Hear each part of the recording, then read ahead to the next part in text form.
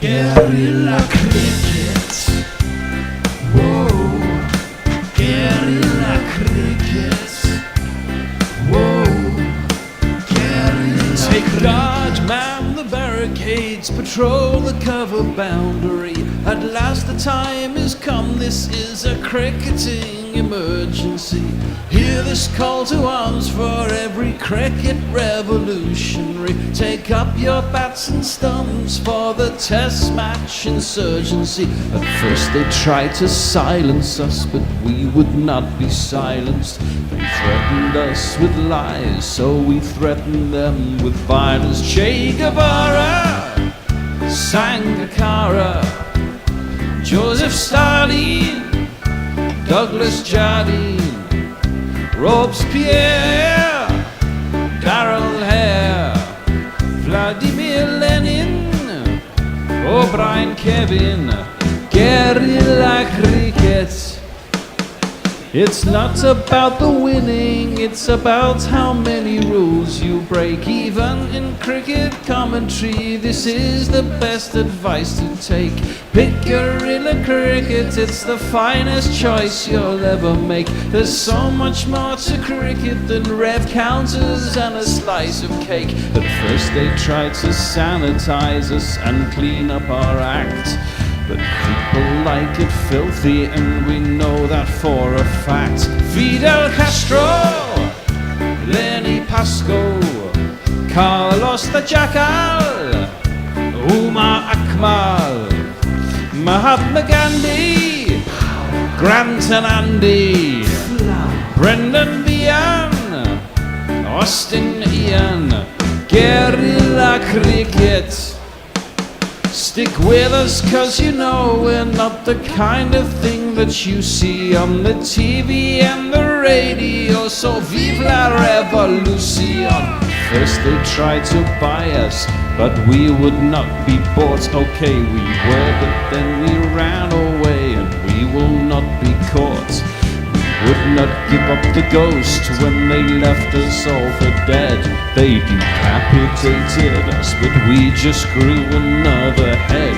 Chairman Mao, Jamie Howe, Ho Chi Minh, Asif Din, Václav Havel, Graham Saville, No Surrender, Percy Fender, Che Guevara, Sangakkara, Joseph Stalin, Douglas Jardine, Robespierre, Darrell Hare, Vladimir Lenin, O'Brien Kevin. Guerrilla cricket. Good afternoon, good morning, good evening, good dawn, good dusk, wherever you are in the world. It's Guerrilla Cricket, it's game 49. It's a must-win game, apparently. Mathematically, everyone in this group can still go through. That would require USA to batter, and I mean properly batter England. And then somehow South Africa would need to beat West Indies, presumably, and then everyone would be on 2 points below them. And then it would go down to net run rate. Can't really see that happening, but you never know. England won the toss. It is England versus the USA. Game 49 of this World Cup. We are really getting to the sharp end now. England's last Super 8 game, as is the US's. England won a toss. They have decided to field, putting USA into bat. I shall give you teams, and then I will introduce my compadres for the day. USA go in Stephen Taylor, Andre Goose, Nitish Kumar, Aaron Jones, Corey Anderson, Mind Kumar, Harmeet Singh, Van Shalwick, Noshtush Kenjigi, Ali Khan, and Saurav Netravalkar. England just make the one change, and that's an unchanged USA side, by the way. Phil Salt, Josh Butler, Johnny Bairstow, Harry Brook, Moeen Ali, Liam Livingston, Sam Curran, Chris Jordan, Jofra Archer, Adil Rashid, Reece Topley. Chris Jordan is in for Mark Wood. He's not had a great tournament, let's just say that. I am joined, we have American support today. Brian's with us. Alright, Brian, how are you, mate? Oh, you're not very audible. How about now? No. You got all bitty. You were fine earlier. Now what's going on? How How about now? Oh, that's better. Yeah, that's better. Okay, I think it's the thing there. All right, let's try again. In 1777, George Washington was at Chad's, and his army, his haggard American army, was at Chad's Ford, about 20 minutes from where I sit, staring down the barrel of the advancing General Howe and Cornwallis as they advanced upon Brandywine Creek. And he said to his army, "Listen, we may not win the war, but we can damn well make sure the English don't advance."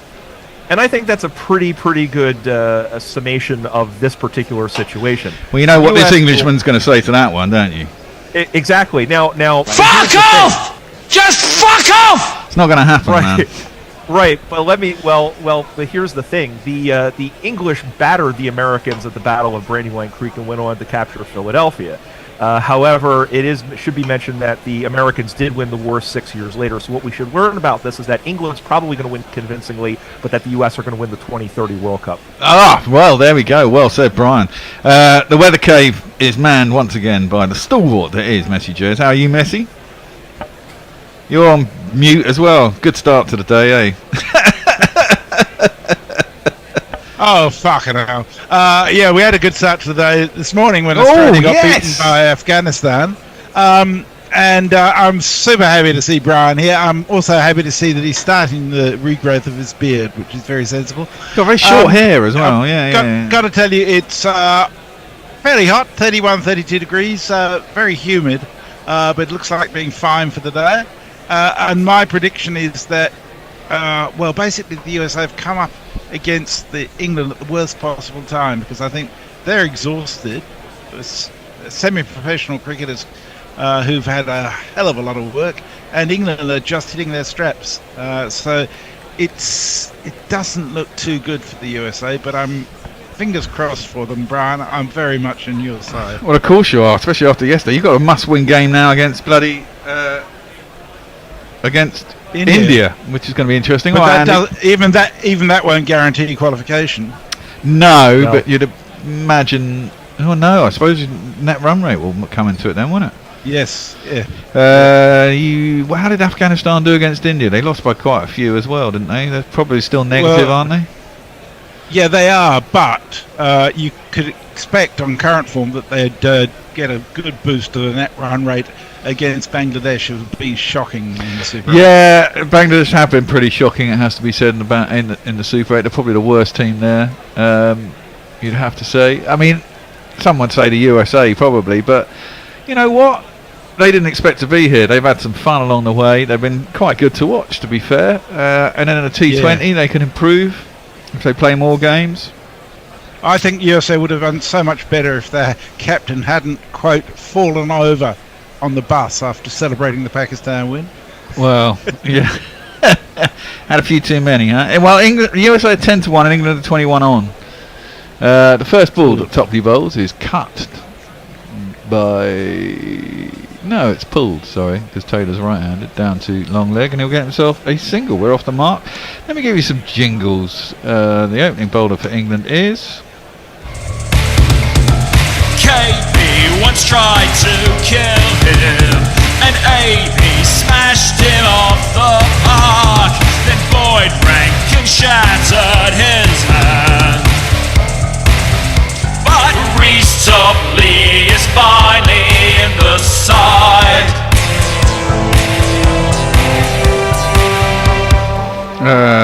The opening batsman after this ball. First ball, oh God, he's got a massive leading edge as Goose. But fortunately it's gone out over the infield, out towards the cover boundary, and they'll probably get back for two, and they do indeed. This man is... Who's in the house? Who's in the house? And the other guy is... I'm Stephen Taylor. I'm Stephen Taylor. I'm Stephen Taylor. Yeah, I don't quite get that jingle from Mog, but... Yeah, me neither. Unless you see no 9. Oh, that's a beauty from Topley. Doesn't come in, holds its line and beats the outside edge of Goose prodding forward, and there is no run. You kind of feel if you can get four, if you can get 3 or 4 straight American wickets quite quickly, there are a side that tends to fold. Yeah, they had trouble with spin the other night. against the West Indies. They did okay in the power play. I mean, they set up pretty well.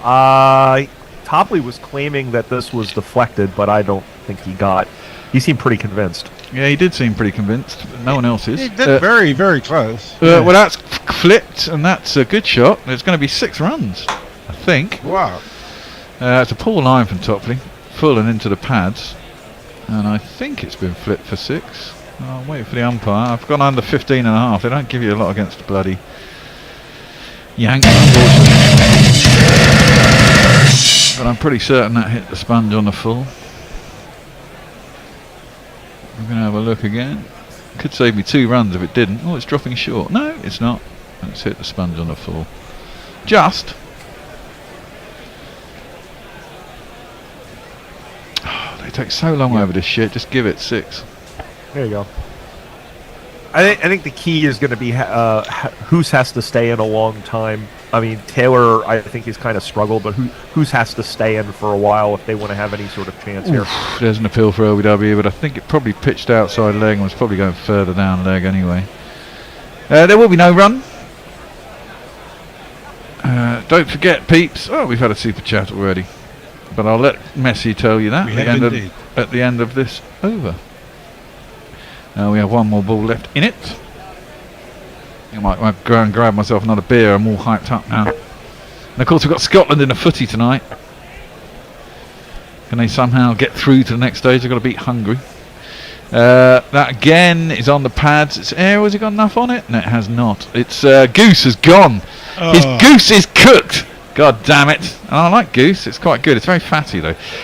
He's clipped out one of his pads. Probably should have gone for 6, but instead we do have a man out in the deep. And as Andy says, there's only 2 men in the deep. Why are you playing it straight to 1 and getting caught? He was 5 yards in from the boundary, and it was a simple catch straight to him off the toe end. Goose didn't really get it. I've won a bet, and we have to say goodbye to the Goose. The crowd says, the crowd says, the crowd says you. And more importantly, we don't have to listen to Bear mispronounce his name. I know, Yeah, but it's so much yeah. better him being Goose. You know, it's called a Top Gun. His goose is cooked. So many things to go with Goose instead of, how do you pronounce it? Hoose. His goose is cooked. Hoose. I suppose you could go all Scottish and go Hoose. Who's? Dear. Okay, so Leah is with us, says hello. Mog says hello. He said it looked like Sam Curran was singing the Gorilla theme. Warren Davies is with us, hello. Parrot Badshaw. Dara Zizi. Muttley says, Wolf afternoon primates. I went to bed after the first innings last night. What an upset by Afghanistan. Well played. This World Cup has suddenly got exciting. Love and sausages. And Sagir, our own Sagir, has responded to the message I put up saying Super Chatters, immediately put in $5 saying, ask and ye shall receive. Thank you, Sagir. Thank you, That's Sagir. wonderful. We're seeing you later, aren't we? Yes, we are. Next stint, in fact. Overs 8 to 13 inclusive. Jofra is going to bowl at the other end. He's going to come in to Taylor. Hits him on the pad as an appeal. Don't think so. I think it was outside leg. And no run. We've had his jingle. So Nitish Kumar's coming. We'll give him a jingle. You won't keep Nitish Kumar down. After he kills and eats you, he'll still be around. He will break your helmet, break your heart. Hotter than lava, cooler than Bogart. In your face, at your stumps, on your toes, on your mum. Bowls low full toss, which Taylor just drives back to him, and there's no run.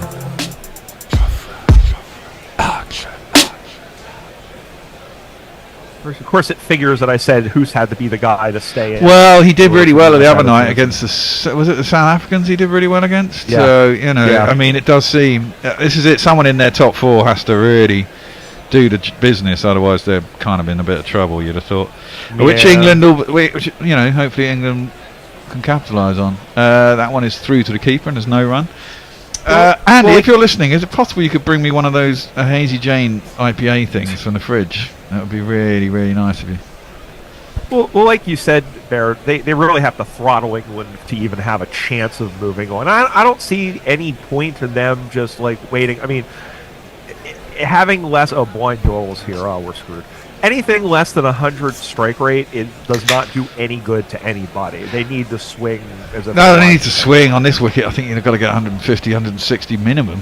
And I don't think that would be nearly enough. That's thrown. Oh, that would have been a clear run out. But Taylor was sent back, and the throw from Liam Livingstone missed the stumps. He got sent. I think he went off for the quick run, but it wasn't there. Got sent back, and was miles out of his ground at that hit. And unfortunately, it didn't for England.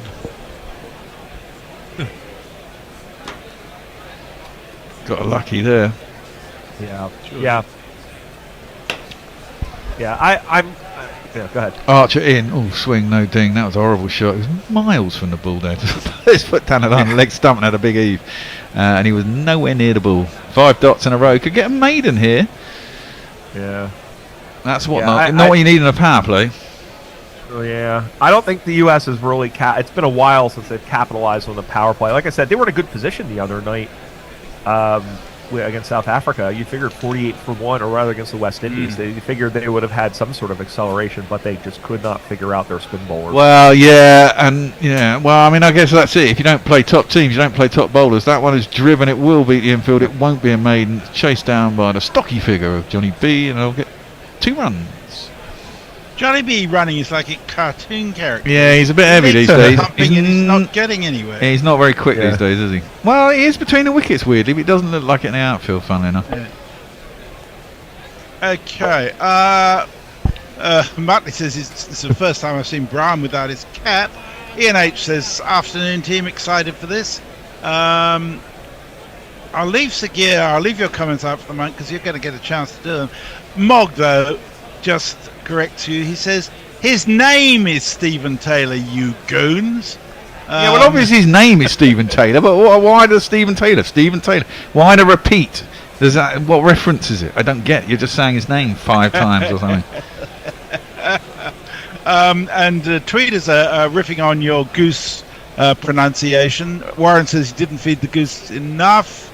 Nice drive. Goose let the dogs out, says Yoel. Nice drive from Nitish. It goes out to wide, long off. Don't only get through for 2 though. Didn't quite time it enough to get 4.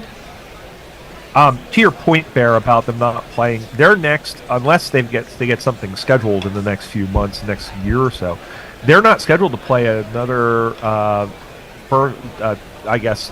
full member in air quotes until the 2026 World Cup, which they are now guaranteed qualification for, which is good news. That one is guided out to the offside, well fielded by I think Liam Livingstone, and there is no run.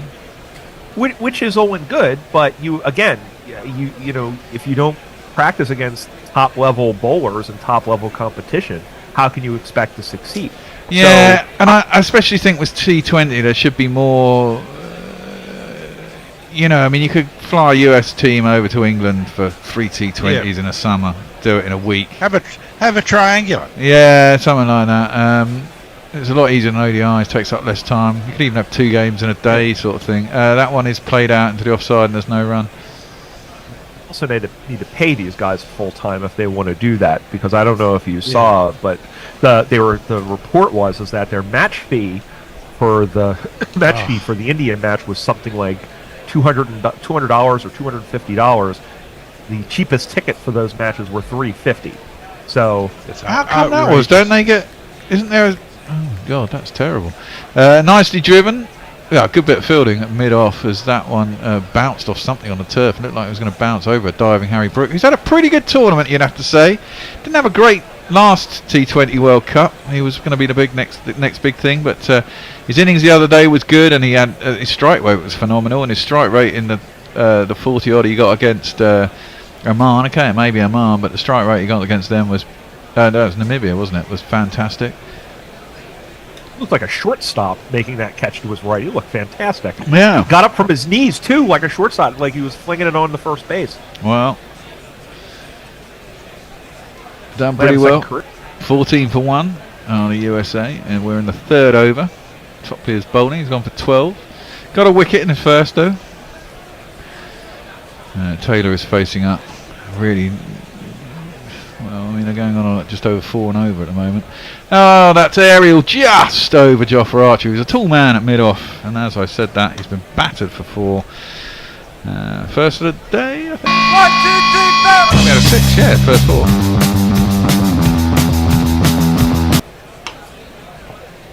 Just Good cleared inside out Jofra. swing. Yeah, it was. He just planted his foot. He's a big man, Taylor. Certainly got some biff. I mean, I've seen him in the 2022 playoffs for minor league playoffs for Atlanta Fire.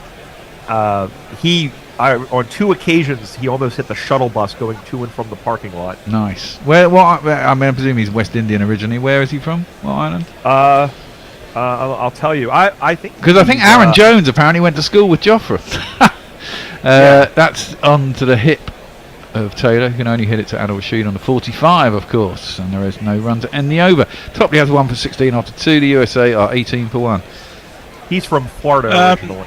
Oh, right, okay. All right.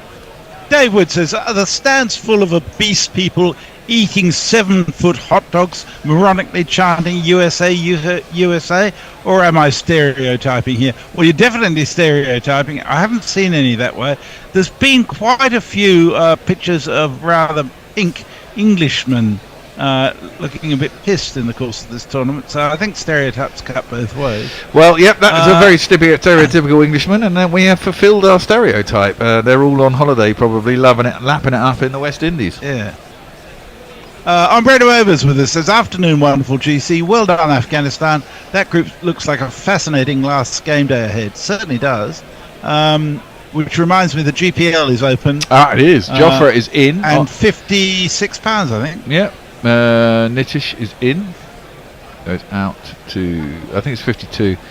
Out to mid-wicket. Right. They might get 1 or 2. I can't see if they got back for 2. I presume they did. As we look at last night's failure by Australia. All out, weren't they? They didn't even make 20 overs. They were very poor. Dropped 5 catches very again? Poor. They dropped several catches. And in the middle of all that, Pat Cummins got a second hat trick in a row. Like, fucking hell. I mean, 2 hat tricks in 2 games. That's so it's weird. Phenomenal, also split over 2 overs. But this time he knew about it. He almost got 4 in 4 balls, but Warner dropped the 4th. Oh yes, no, I read that this morning. I read the report. I couldn't believe it when I woke up this morning. Saw Australia got beat by Afghanistan. That was wicked. Jofra in, clears his stumps. There's Nitish, but can't beat mid-off, and there's no run. Looks like he's got intent. Yeah, I think that's the thing though. Is all the times I've seen him batter, I think he's done so against lesser competition. But he does have the notion. I think he can put up a big score if he stays in. O'Neal Harris, by the way, confirming with us on the U.S. On YouTube that he was born to Jamaican parents, but he was born in Hialeah, Florida. One of 7 players on the playing roster born in the U.S. That one's out to the man behind square on the offside point by Nitish. Can't beat him. No run. Dot ball. So if England have basically got to gain 0.23 of a net run rate, and they'll go above South Africa. If they go above South Africa, they are definitely qualified, because if South Africa win, obviously they'll go back top, and if the West Indies win, they've already got a better run rate than South Africa, and South Africa will then be the one to go out. So if England do win and get above them, it's a must-win game for both teams, which should be fun to watch. That one is driven up to mid-on by where Chris Jordan fields it, and there is no run. Yeah, I think South Africa's in a lot of danger, even though they haven't lost the game yet. Yeah, I do as well. I think this is it. They should have pressed home their advantage against the USA. They had them in all sorts of bother. Yeah. There was that innings though down the bottom by, what was his name? Rabada? No, it was number 7. Was it Jesse Singh? No, it's Harmeet Singh. Yeah. It's Harmeet. That's gone up in the air. Has it gone anywhere? Yeah, it's gone for 6. Oh. Whoa. I think it was I presume it's the top edge. I was looking at who was the man who got the runs the other day, but 6 it is.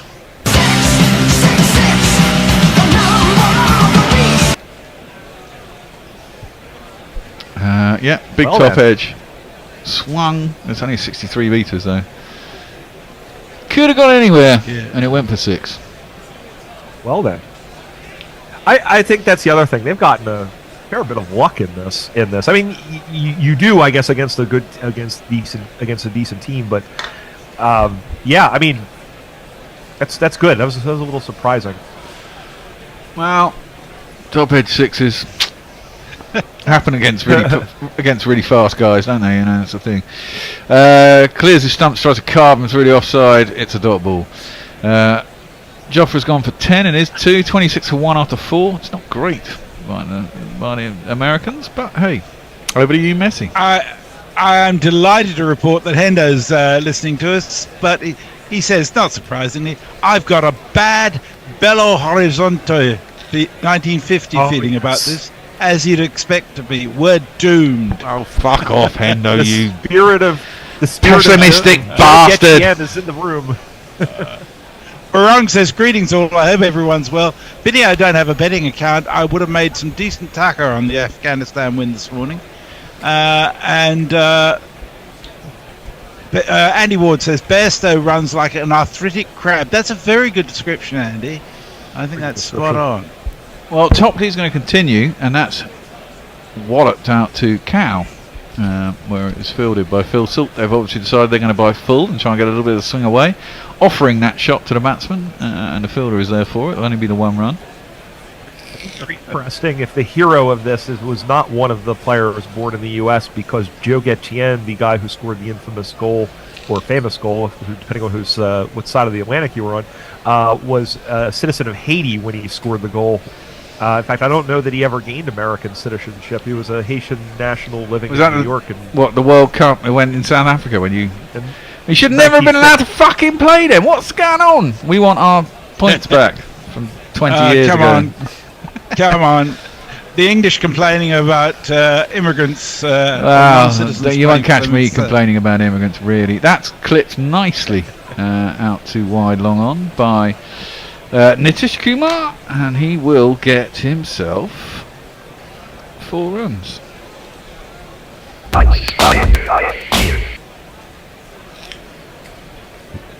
Yeah, it'll be interesting to see what happens when the field goes back, how they play it. Yeah, you get the feeling they're not very good at the rotation thing. And just if you can't hit a boundary, make sure you get a single, rotate the strike. Make sure you try and get one boundary and over. You get 8, 9 and over sort of deal. With a few singles. I mean, they play competitive games where you think I think they're a little bit smarter than you think they are. Yeah, but clearly a lot of. I mean, this is what I mean. A lot of them have cricketing heritage. I mean, so you'd expect it. That's into the leg side. It's smashed down the ground. I think that's going to be 6. It is indeed. Good shot. 1, 2, 3, 4, 5, 6. 37 for 1. That's good. Stephen Mason says that's not a 6. It's a home run. Out of here. That's funny. That was a nice shot. It was a very good shot. But that is the easiest way to teach Americans, I think, the sport is to with baseball equivalencies, and all the Americans that I've taught have been that way. That is defended out to the covers, and there's no run. 146 this over. It's gone for 27 with 2 balls left. How are they? What is the American press like with this? It's very curious. It's very curious. There are a few people that are still they haven't really made a whole lot of noise since the Pakistan game. NPR had a couple of segments about it, but it's been kind of. That's a better length from Topley. It's hitting to the leg side. They're going to come back for 2. They're going to make it. Oh, you're causing great angst to Jay Grover, I'm afraid, Brian. He says, I'm in a state of advanced PTSD due to Brian's makeover. Bring back the beard, he says. It's the cap. That's what it is. I don't think I've ever seen your hair before. Hang on. That's better. That's halfway there. We just need the beard back. Yeah, exactly. Yeah, we're getting there. I just grabbed the first one I have. It's just my Union hat. I don't know. Defender back to the bowler. No run. End of the over. 39 for 1 after 5. Sorry, Bear. Let's get some tweets in and socials, and we'll carry on after that. So we've got a lot of stuff coming in, so I'm having to be fairly selective in what, since we don't have time to read them all. But Dara Azizi is saying, how would you rate Archer's performance in this World Cup? So for me. I think he's bowled much better than Wood. He's a much better T20 bowler than Wood for me. He's had the odd bad over. He's been unlucky in a couple of overs. I mean, like that over where he just got hit for 6 off the 5th ball. It was a top edge, you know. Wasn't a great shot. Batsman gets away with it. And he's had a couple of overs like that where he's been quite expensive. Muttley's with Hendo. He says we're in dis-a-fucking-ray. No.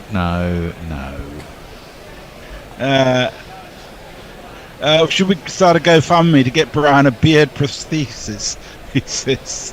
No, we don't need to do that. He can just grow one. The pawn box offer you a merkin, so you know you can do what you want to. And Hendo saying Topley is bowling far too full. Bit unusual to give him 3 up top. Yeah, it is unusual actually to bowl 3. No, I think they've been doing that. I think they don't think he's a death bowler, and they think he is an opening bowler for T20. He's got it a little bit wrong today. Line's been a bit too leg side. Last over of the power play is going to be little Sammy Curran, who bowls a fucking full wide full toss. Well, not full toss, half volley wide of the off stump. Fortunately, Taylor misses out and hits it straight to the fielder, who's a deep point. And there is no run. We'll give him a jingle, which sounds like this. Is he a better bowler? Sam Curran. What's his distinguishing feature? Sam Curran.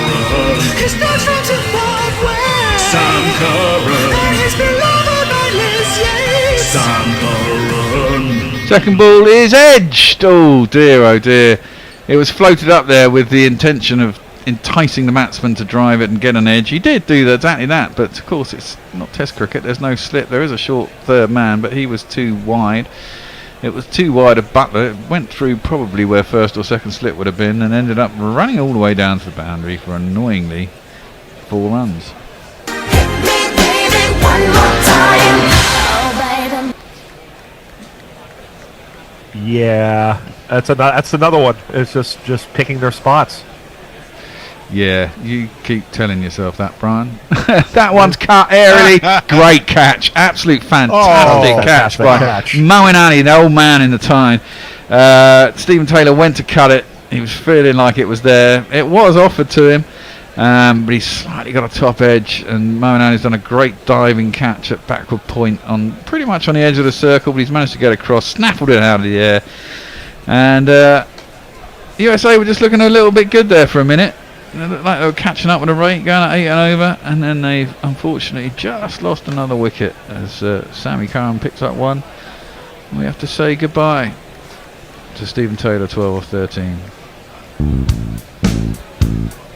Another one bites the dust. I think that is going to be out, Fred. Another one bites the dust. And presumably that brings the skipper in. And he's not. Is he the skipper now, Aaron Jones? Yes, he is. Yeah.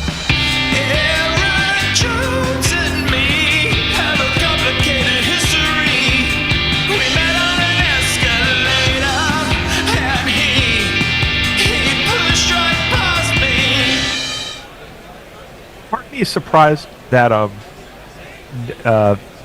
Milan Kumar didn't get the nod, considering how he's led a number of the domestic teams in the past. But Aaron Jones is playing every game, so I'm not. So I guess in that respect, it's good to have him in. We can expound on this a little bit more. I don't know that the press is really going to pick up, honestly, until the Olympics, until we start getting towards the Olympics in 4 years.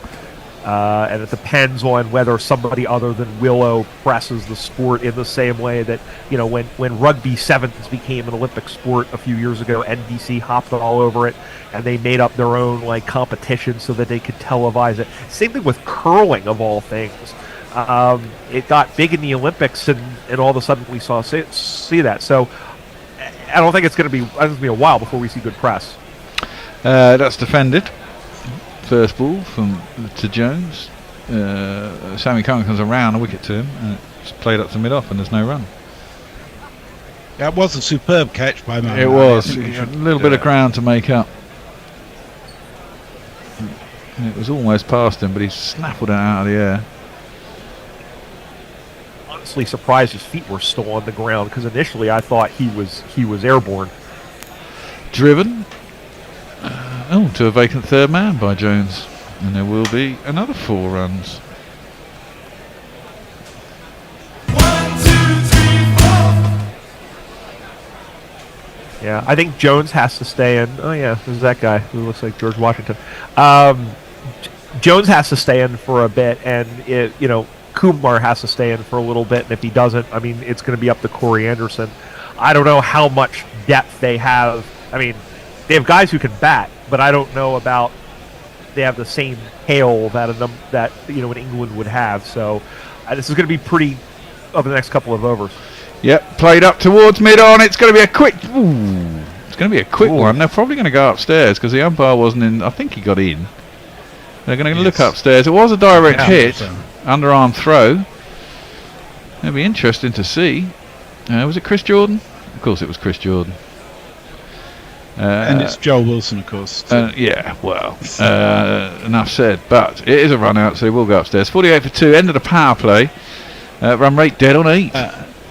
I'd invite anybody interested to look at our Twitter feed to see Muttley's splendid contribution of food porn for today, which is sausage lollipops. Oh, hold on. My life is complete. Oh, he's in. He's well in. He's nearly well in. He's nearly level with the stumps by the time the ball hits them. So speaking of George, speaking of George Washington, Warren wants to know if Bear is going to put his red coat on. No. Jay says, I'm starting to believe I went to school with Jofra Archer. Well, here we go. This is going to be the test, isn't it?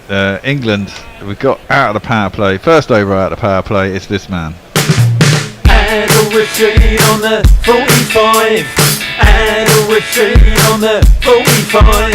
And a retreat on the 45. And his first ball was tossed up, 2 full. It's played out to cover, and there's no run. And he'll can turn it. And he'll can turn it both ways. And he'll can turn it. And he'll can turn it both ways. And he'll can turn it on the 45. Well, Adil Rashid in second ball, another one that's given too much air, and this one is just driven up to long on for a single. Yeah. This is where the U.S. ran into issues the other night against the West Indies with spin, and you could make the argument that the English spinners are better than the West Indian spinners. I don't know. Akil Hussain and Moti are pretty good. I really like Akil. That one is 2 full again, driven up to long off. I don't think that bat will mind that though. It's only a couple of singles. Harry Brook do you need to let Andy in, or is he there with you? Andy's here with me, but Sagir I do need to let in.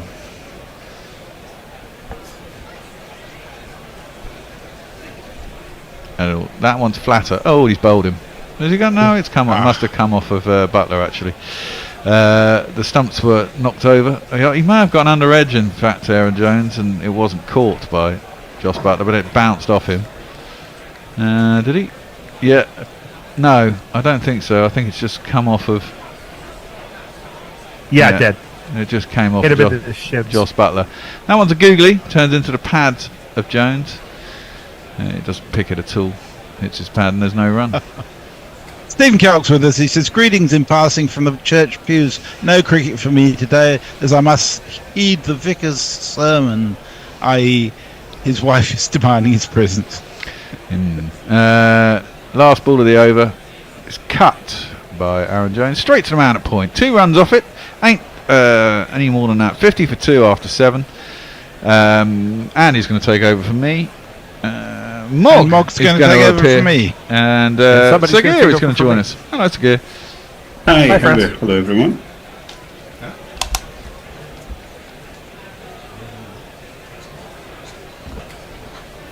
Hip hip cheerio. Hello. We just get back to the failure by Australia. That sounds pretty exciting. Pretty funny. It was a great match. Well, England are going to try and a bit more spin, and it's the man who turns it both ways. It's going to be, where is he? This man. I am Liam Livingston, I play for the light. He's in, it's cut, and Jofra Archer fields a backward point. They'll get through for a run, so there's a little bit of a dive and a fumble. Yeah, well, how did you see that match last night, guys? Well, it was early morning for me. Well, not early morning, but 8:30 start in Perth, and I thought Afghanistan fell short by about 20 odd runs, especially given the blistering opening start that they had. But then their bowlers, I mean, especially Gulbuddin Naik, consistently he just took pace off the ball. He bowled a lot of slower back of the hand, slower deliveries, and I think Afghanistan fielded better than Australia as well, barring just one misfield. I saw highlights this morning. They caught extremely well. That one's left alone by Jones outside off stump. I think when we saw Australia drop all those catches against Scotland, it was all, haha, they're just mucking around. But maybe it turns out Australia's a bit of a shit fielding side. Oh, that's a good ball from Livingston. Jones certainly played that one, prodded forward, leg spinner beat the outside edge. Yeah, but I mean, you don't expect Australia to have that sort of lax fielding standards. I mean, two international sides that have always done well is South Africa and Australia. Oh, he's got a thick edge on that one. Archer is after it. I think he'll cut it off. Will he? No, he won't actually. Probably not. No, it's another leg spinner. Pretty unlucky there, Livingston, because it just got a genuine edge. It's fine enough to run away for 4. Archer was lucky not to have collided into that advertising hoarding over there. He almost did, yeah. Give it to me 1 time. Give it to me 2 times. Give it to me 3 times. Yeah. Give it to me 4 times. But what you were saying about thinking Afghanistan was short, I found it really difficult to judge some of these pitches. I thought South Africa was short against England, and turned out they had enough. Jones steps away from that one, and again just has a big swing and a miss, but he stays in his crease, so he doesn't get stumped. Only just missed off stump, mind you. I think for Afghanistan, when you take into account the fact that their opening stand was more than 100 once again, this is the 3rd time this tournament that they have scored 100 plus the openers. From then on, you would have expected them to make at least 160 given the way they were going. Oh, Livingston's got it on a string. Either that or Jones isn't very good against leg spin. He's gone past the outside edge again. What's happening on social, Mog? I'm not sure where we were up to, so I will say Adam Newman reminds us that Pat Cummins did 2 hat-tricks of wickets so far this tournament. First against Bangladesh and then one again today against Afghanistan. He did? Which was almost 4 wickets in a row, but Warner couldn't catch. Nope. Well, no surprise that Adil Rashid is going to continue. I'll have to avoid the temptation, Mog, to start talking about heavy metal or for 7 overs. Very quickly, are you familiar with the work of King Diamond? Yes. I'm just getting into him. I think he's funny. That one's played up to mid-on. They'll get a single. But enough of such frippery. Perhaps we can catch up with that offline someday. If you want to see a much more modern take on King Diamond's vocals, try listening to Anal Nathrak albums from the last 5 or 10 years. Yep. Musically not quite the same, but there's some very, very quality vocals. Going for the reverse. Oh, it's a high risk shot that doesn't even get a run for Jones, and Jones doesn't look happy with this leg spin. He went for the reverse, it just went 1 bounce to Topley. It didn't totally look controlled. He's much better playing straight in the V. Well, it's understandable he might struggle against Adil Rashid, Sagir, but even Liam Livingston's making him look like a bit of a bunny. That one is thrown wide. Leg spin's probably not his favourite delivery then. I'm going to gather Canada didn't have any particularly good leg spinners when he scored 90 then. No, not that I can recall. But even the one, his innings against Pakistan, I mean, they had one leggy, but it was a bit hit and miss. And he's bowled him. Yeah, that was in the post, that one. A little bit of a googly, I think. It didn't turn much, but Aaron Jones really needed a bell on it, if you can say that anymore. And that is out.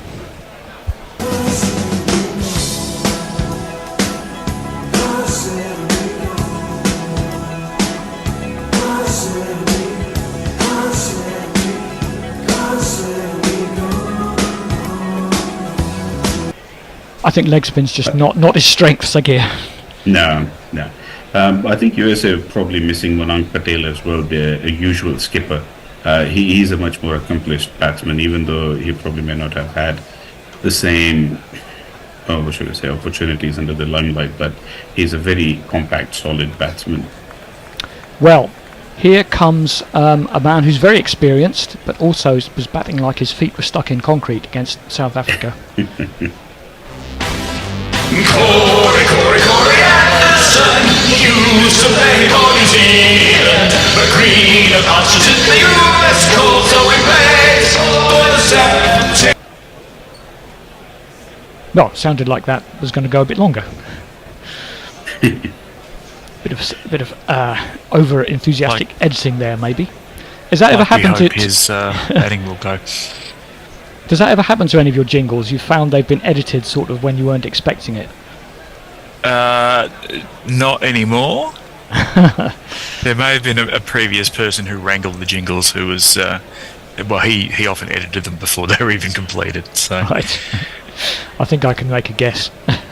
The deal is going to come into the left-handed Anderson, who makes a paddle sweep, and Topley is going to have to make a jog around to fine leg, and they'll pick up 2. Comfortable 2 in the end for them. I thought they might even push for a 3rd if possible. Yeah, well, Anderson is another one. He's not going to, I don't think he's going to be turning any 2s into 3s. No. Not what he's in the team Well, at for. least, yeah, true. Because he's a big unit. He sure is. Turning circle as back well. to a conversation from the game this morning. Tips that one out to square leg. They'll pick up a single. Adil Rashid 2 overs 1 for 6. USA are 59 for 3 off 9. England have pegged this back a little bit. Mog. Mr. P says, hi all. Satan by name amusingly says, King Diamond lol, rotting Christ for the win. Yeah, because you want some poser Greek black metal band who started out as grindcore and went soft. So, and Linux Lair says, here's a recommendation for Andy. Listen to the Lord Weird Slough Fag. Doesn't really matter which album. They're all great. Well, I'll need something to do once this Cricket World Cup is over. I suppose I've got Euro 24 for a couple of weeks yet. So you're going to start a band? No, I think the time has passed for me to start a band about 40 years ago. Never too late. You know, never too late. Yeah, exactly. I like that, what was his name? C6 Steve. He started to be a musician in his 50s. Livingston pulls out of that one. I don't think it was a trick or anything. I think the ball maybe just got stuck in his hand. Yeah. He realised he wasn't going to release it properly. I should imagine he's going to bowl off spin to the left-handed Anderson. Let's have a look. Yeah, it looks like it. It's better to take it away from him. That is his strength, Livingston, and I'm surprised a few more players haven't got this up their sleeve. That one's punched up to long off for a single. If you could bowl reasonable off spin and leg spin, it can be a handy thing to have. Absolutely. I remember Tendulkar used to do it when he used to bowl quite regularly as a part-timer. He would mix his off-spin with his leg spin as well. Pretty effective when he was younger, but not so much later on. There's Mr. Sobers in the ground. Sure. Did he bowl Mike Gatting like away swingers as well? Hit up into the air, it hasn't gone very far, and in fact it's fallen in the gap because he didn't get hold of it at all. Nitish. Salt with the fielding. Sorry, Sagir. Yeah, he could. I mean, he didn't bowl seam up as often as say Ganguly did, for example, but mostly relied on his off spin and the occasional leggies. Well, just like vague memory of his non-spin bowling being a little like a Chris Harris, slow, nothings. Anderson punches it up to long off for a single, and just like professional commentators, even though it's England v the USA, we're talking about Sachin Tendulkar. Fucking hell. Maybe we'll get that big money after all. Yeah, at least there's no Kohli camp today. No. Livingston, a little bit of turn again. Yet. Nitish plays it up to wide mid-on for a single. And after a good power play for the USA, I thought, 48 odd for 2, the spinners have pulled it back, and they've still got Moeen up their sleeve as well. Yeah. And amusingly, that graphic just said Rashida Jones, the noted comedic actress. That one's swept by Nitish, but he gets a bottom edge on it, and it just goes out to short fine leg. They'll get through for a single. I mean, if you look at it, this is Geoffrey Archer's home ground in a way, isn't it? And Chris Jordan's too. Yep. Does that make it Aaron Jones's as well, if they went to school together? Yeah. Short. How many others, man? Oh, this could be Rihanna's home ground too, then. Quite possibly. Short from Livingston. Nitish gets it on the bottom of the bat. Out for a single. That is the end of the 10th over. We're going to have a drinks break, so let's catch up with everything on social. Ian H says, with a super chat of £1.99, here's to C6 Steve. Satan by name hasn't looked up the first few demos that Rod and Christ did, so he probably needs to do that. But I guess we can move on from that particular discussion. And over on the Twitter, Muttley has sent a picture of Kirk Douglas and Spartacus saying, I went to school with Joffre Archer. Yeah. Warren's wondering if we're going to get live jingles. No, we won't be. And Dave Wood says, come on, Andy, you have the Euros and election, Wimbledon, and the Olympics on the horizon, then the football season, and I'm sure there are some test matches in that period too. Right, well, out of all those things, I don't care about the election, the Olympics, Wimbledon, or test matches. I think you said something else. Euros? Football? Euros? Football season? Yeah. I mean, people... It's probably a curling championship you could get into. Maybe. People are getting excited about the election and all this Tory and that Tory is going to lose his seat, but they don't care. They're only in it for the grift. They've already got other jobs lined up by now. Yeah, surely. Exactly. They'll make more money out. You know, Jacob Rees-Mogg isn't going to be out on the street. He doesn't give a fuck. No.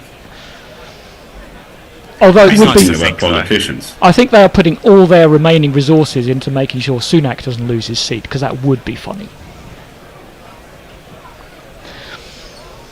Well, I think he might isn't be he going to America? Isn't He's going to go work for exactly. something important over there. I mean, yeah, he'll probably. Well, who knows? But if you get all these people just get straight into just turn from gamekeepers to poachers, or vice versa. They go and get jobs in the industry they used to be regulating. I mean, let's be honest, most of these people go into politics not because they want to do something good for the country or the people or the communities, but because, there's always something in it for them later on, because they are either lawyers by trade or into finance, or they have business interests and other contacts, and they just use politics as kind of a networking event, so to speak, where way to make more money off more suckers. Exactly. Yeah. I mean, when you look at Tony Blair, like after that inquiry that happened, where it was found that he dragged England unnecessarily into the war. Later on, what did he become? He became the peace envoy for the Middle East. I mean, speak of irony over there. Well, what it is, but he's well qualified. He knows all about it.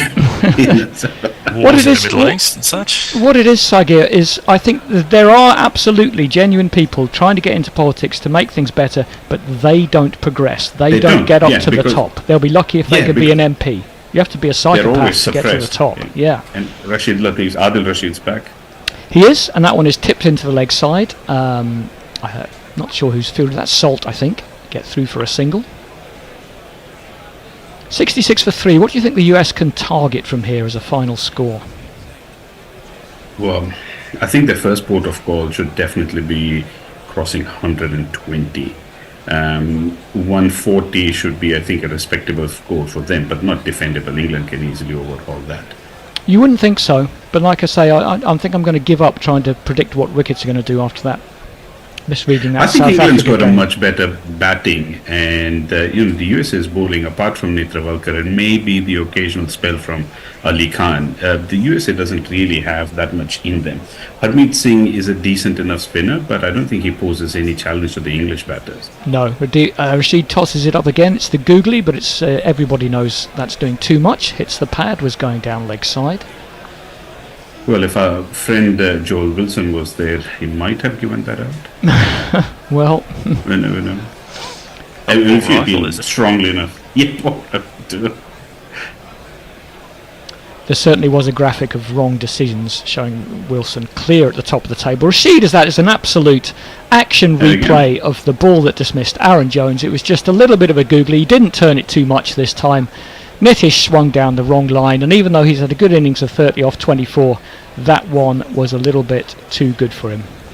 Yeah. Another one bites the dust.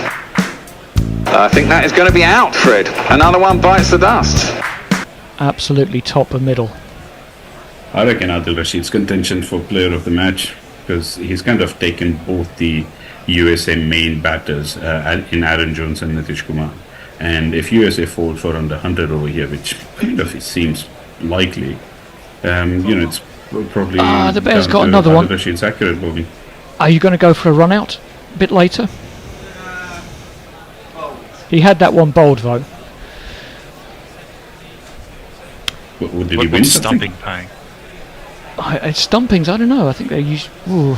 It really depends who's bowling. With Rashid and Livingston bowling, it could well be in play. Right, USA have a new batsman. It's going to be this man. The only one who could do it was Milan Kumar. The only guy old enough to drive a car, and his mates all wanted a burger. So off to the drive-thru they went. In the end they were all well fed. Now I was just going to say I thought I hadn't seen him much, and he's only played one game before this one in this tournament. Was he a change today? He's facing up to Rashid. Pokes that one into the offside. It's a quick single. And the fielder Topley seemed to just stumble a little bit as he picked up the ball and didn't get away cleanly. That was a very tight single to start off with. They did get there. He Topley'd over. He did Topley over. The deal's not too happy. He wanted another go at the new batsman. Yeah, he just didn't quite get it off clean Topley. And I wonder if Butler could actually have let that hit the stumps instead of taking it. Batsman just got in. No, I think the batter would still have been here. I think so. It was a skittish first run. Because it wasn't a quick throw. It kind of sort of was slowly making its way towards Butler. Yeah, something wasn't right with the throw. I think he just lost his balance as he was about to throw it. But Rashid certainly wishes he could bowl more than 4 overs today. He's going to finish up his third here. He is now England's joint wicket taker, leading wicket taker in Cricket World Cups. That one turns back into the left-hander. It's chopped down into the offside. And that's a single to end the over, 69 for 4 off 11. ENG says, Sunak should pay back a few billion to the taxpayer before he fucks off. That'd be nice, yeah. Also highly unlikely. Gad says USA will win because England must lose against the West Indies through. Otherwise than that, don't care. Jones is a waste. He's too wild and has no technique. Also, he says. And, someone called Sagir says, "Do England owe the West Indies a favour?" Not sure the USA would be at this stage. It wasn't for Aaron Jones' 90 against Canada. Yeah. I mean, that was, and forget they were chasing Pakistan. Chasing 190 there, and Pakistan as well. Well, Livingston is also having an extended bowl today. He's going to come around the wicket to Corey Anderson. The ball is off spin. Anderson drops into the offside and there's no run. Dean on YouTube says King Rashid, and I was going to say England are going to miss him when he's gone. Is this his last series? Like, has he made any announcements? Well, these T20 World Cups come around so quickly. He might have one more in him. He certainly hasn't made an announcement. Livingston pulls out again. I'm not sure what was wrong that time. Here he is this Pretty time. sure there's another one of these starting in sometime in December. Next week, yeah. Back down the wicket from Anderson, and there's no run. And the USA really being becalmed by these spinners. Livingston comes in again. He's got a slip in place. Anderson steps back and a rather ungainly pull shot up to Sam Curran at long on. It'll just be a single. Wasn't in control of that pull shot though, was he? I think it sort of sat on him and came a bit slower off the pitch if possible. Yes. He doesn't look quite the player he was, Corey Anderson. Time being unbeaten. A fantastic afro in the crowd there. A very young Michael Holding lookalike, wasn't it? Quality chin strap beard too. Yeah. And Kumar is back on strike, or shall I call him Millind? I'm not sure. He chops that one down and Mowins round from slip to field. There's no run. It says Millind on the scorecard, so I'll go with that. Yeah, I think Millen might be better because we already had a Nitish Kumar, so if we keep saying Kumar and Kumar, it might be a bit of a confusion over there. Punches that one. Livingston dives, but he can't cut it off. All the same, it will roll up to long off for a single. And England rattling through these overs, keeping the USA, I believe, exactly a run a ball at the moment. Yes. Do they have the firepower to get this score up to 140, 150? Harmeet was the man who did it last time in a decent effort against South Africa. Anderson's back on strike. Down the track, and Livingston saw him coming and threw it wide, and Anderson had to reach all the way out. Good bit of fielding by Curran, dives across. But he almost had him there, Livingston. That was an interesting little game of cat and mouse there. But Anderson managed to adjust. It's the end of the over. Mr. P would like to know how many wickets has Rashid taken in this 10. World Cup, and the answer came up just as I was reading that out. Timely work. And over on the Twitter, nothing. Oh wait, no, Leah has just put something up. There are 2 teams left in this World Cup that could realistically fuck up a sub-80 chase, and the one not playing in this match are the Tigers, aka Bangladesh. Collapse England, you can do it. Well, Jack Grover says, I think Andy's underestimating the politicians' love of politics and perceived power. maybe, Jay, maybe, but I think that's there was more. I think there are more self-interested people in it now than there used to be. Or less good at hiding it, maybe. Maybe. You don't really have to hide anything these days. I sound like an old man yelling at clouds all the time. Those fucking clouds. I know. Bastards. Jordan is in for his first bowl of the match, so we'll jingle him up. It's chopped down to third man for a single. Chris Jordan is indeed back. Chris Jordan's back will make him cry, more England caps will soon draw nigh. Or if they don't, then it will seem he'll wish he'd joined the winning team. I wasn't too... That's a very Christmassy tune. Yes, it was. I wasn't surprised he came in for Mark Wood. After England only bowled Wood 2 overs in the last game, and that was probably the correct decision, Sagir. No, I agree, because Mark Wood's pretty much, like all and all out pace. He doesn't have too many variations that might be useful in a T20 game. Speaking of, Jordan bowls a slower ball, and again the batsmen are a little bit slow off the mark there. Are they going to get back for 2? I think they are. They should. Yeah, because it went all the way out to bed. No one, I don't think you could blame anyone there. There's just no one at square leg to back up. But the batsman dropped it into the offside.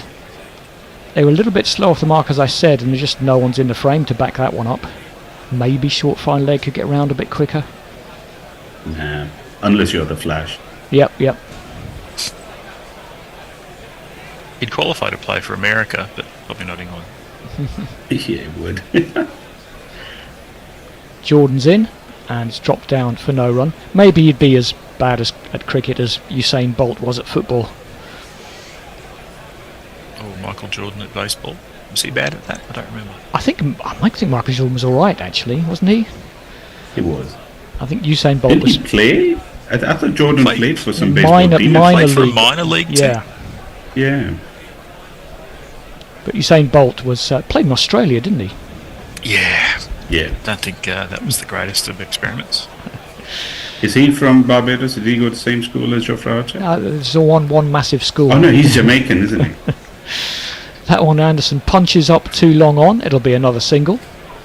There may only be one school in all of Barbados, I'm not sure. No, but I think Usain Bolt is Jamaican, isn't he? I think so, yeah. I think so. They're the King Island for sprinters, weren't they? Aren't they? Yeah. They are. So Anderson's doing a bit better than he did against South Africa. He's at least keeping up at a run of ball. And maybe he can roll back the years and bang a few sixes, get USA to a total. But time is running out a little bit. Good tactic for the USA team over here, that rather than try and hit their way out, it might be a good idea to just consolidate a little bit, get used to the pace of the pitch and get as many runs as they can in singles, doubles, and just keep the scoreboard ticking and then just hit the bad ball. That's a pull shot. The man is out there at deep square. It'll be another single to Millind. Going to have a change, I think. No, 3 at the back today.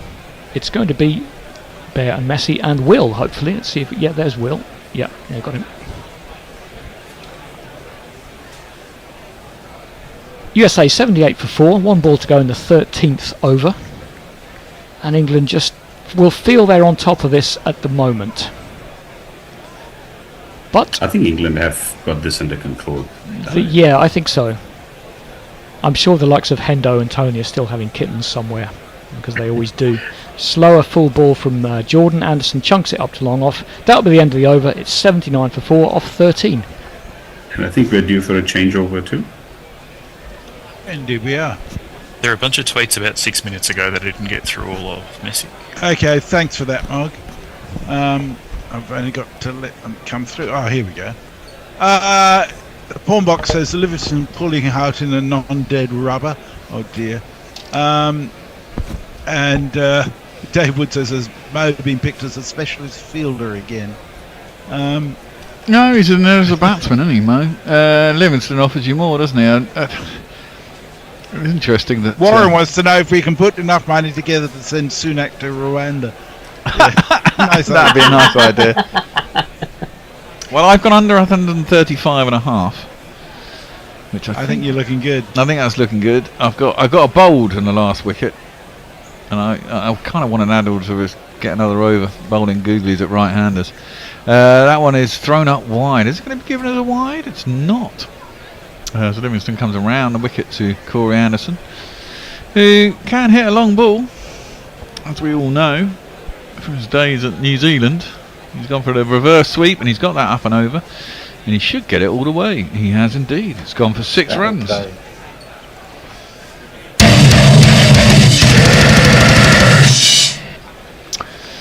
want to get rid of Corey Anderson. It's a very wide ball. He was able to reverse sweep it. It went a pretty long way. That was arrowed in. Ooh, into the pads. It's out to deep mid wicket. Get himself a couple of runs there. 87 for 4. Good over so far. 6 and a 2 off it. Don't think Livingston will be that disgruntled though. He's gone for 23 and 3.3. Wardy. He's a chain smoker.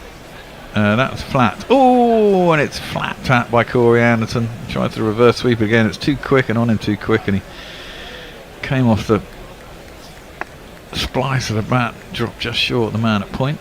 No run. I'm sure Is he still on the Camels, Wardy? I don't know, but I remember seeing him at a couple of things when I was doing that World Cup a few years ago. He was at the World Cup, obviously, and I remember seeing him at the West Indies game that we did, the Hurricane Relief game, and he was just chain smoking.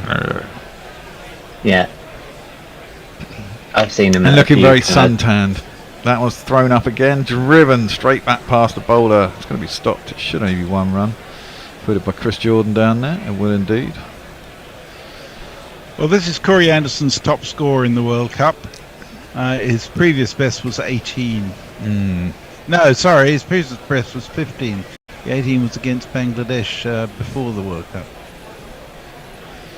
Well, he is capable. Well, he certainly was capable. Never a top order batsman, but certainly a bit of a biffer. That's a leg spinner. It's gone straight up in the air, I think. It has indeed. It should be out. It is out. Butler has caught it. Millind has tried to smash that into the leg side, and it's bounced a little bit. It was a standard leg break, and Millind has smashed it straight up in the air. He has been caught. Corey Anderson is the last shot, and he's gone. It's Millind.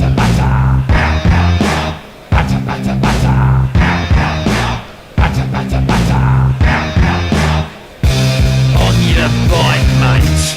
Bye-bye. Seems to drop a little bit short, Livingston, but it bounced a little as well, and I don't think Millind was thinking it was going to bounce that high, and he got the toe end, top corner of the bat. Just went straight up in the air. 5 down, 88. Farong says Varong says this match is irrelevant. Saffers will make certain the West Indies go through to the semis. Yeah, but it's pretty relevant to England. They need to win it, and they need to have a good net run rate to make sure that they get through ahead of the Saffers, if that's the case. Well, they don't have to have a spectacular run rate. They need to increase their run rate by 0.2. So I can't imagine it's a massive victory that they require. No. As long as they get above South Africa's net run rate, they're guaranteed to go through. And it's 0.23, I think they've got to gain, which they'd expect to be able to do. Yeah. Jay says everyone in this US team is either A, named Kumar, B, went to school with Jofra Archer, or C, both. Nice. Well, Jofra is going to come back into bowl. It's like all the people who've... You can finish that sentence if you like, Messi. Yeah, it's like all the people who saw England win the World Cup at Lord's. Strangely, there are 500,000 of them. Well, I can guarantee I was there. No, Shan Jasper. Sorry, Jofra was going to bowl, but he's not. I thought that was a bit strange. Adil Rashid is going to come in to finish off. Did I hit the flick the pad, or was it going to be given as a wide? Nope, it's going to be given as a wide. Adil Rashid bowled into Corey Anderson. I think his eyes lit up a bit there, didn't they, Kumar? It's like the amount of people around here that know who Banksy is. Well, you're in Bristol. That was clipped out to wide mid-wicket and there's no run. I've always been led to believe he's the dude from Massive Attack. He's not actually. Okay, so you know who he is. I think. See, he knows. Everybody knows. It's just they don't all know the same name. Apparently, it's a bloke called Robbie Banks, who's from Totterdown, which is a bit of Bristol. Did he know Massive Attack? Yeah. Are you going to tell us who the Stig is now? Yeah, exactly. That one turns into the pads of Corey Anderson, and he just misses it. And it goes out on the leg side, and there's no run. There are some things it's much better not knowing. You know. Hey, I might be wrong. Entirely once you know the answer. That's tossed up. Goes the googly goes across. Harmeet is also lefty. I forgot about that, and played square on the offside. There's no run. Googly again. I don't think he knows really what's going on, does Harmeet, to be honest. But this is Adil Rashid's last over. And he tosses that one out onto the pads once more. It's flicked out to deep square leg. They're going to think about two. It's not there. Might go for a run out now, if they'll allow it. I'm not sure they will though. Usually they get rid of lots of these options towards the end. Method of dismissal 6-1, 11-1.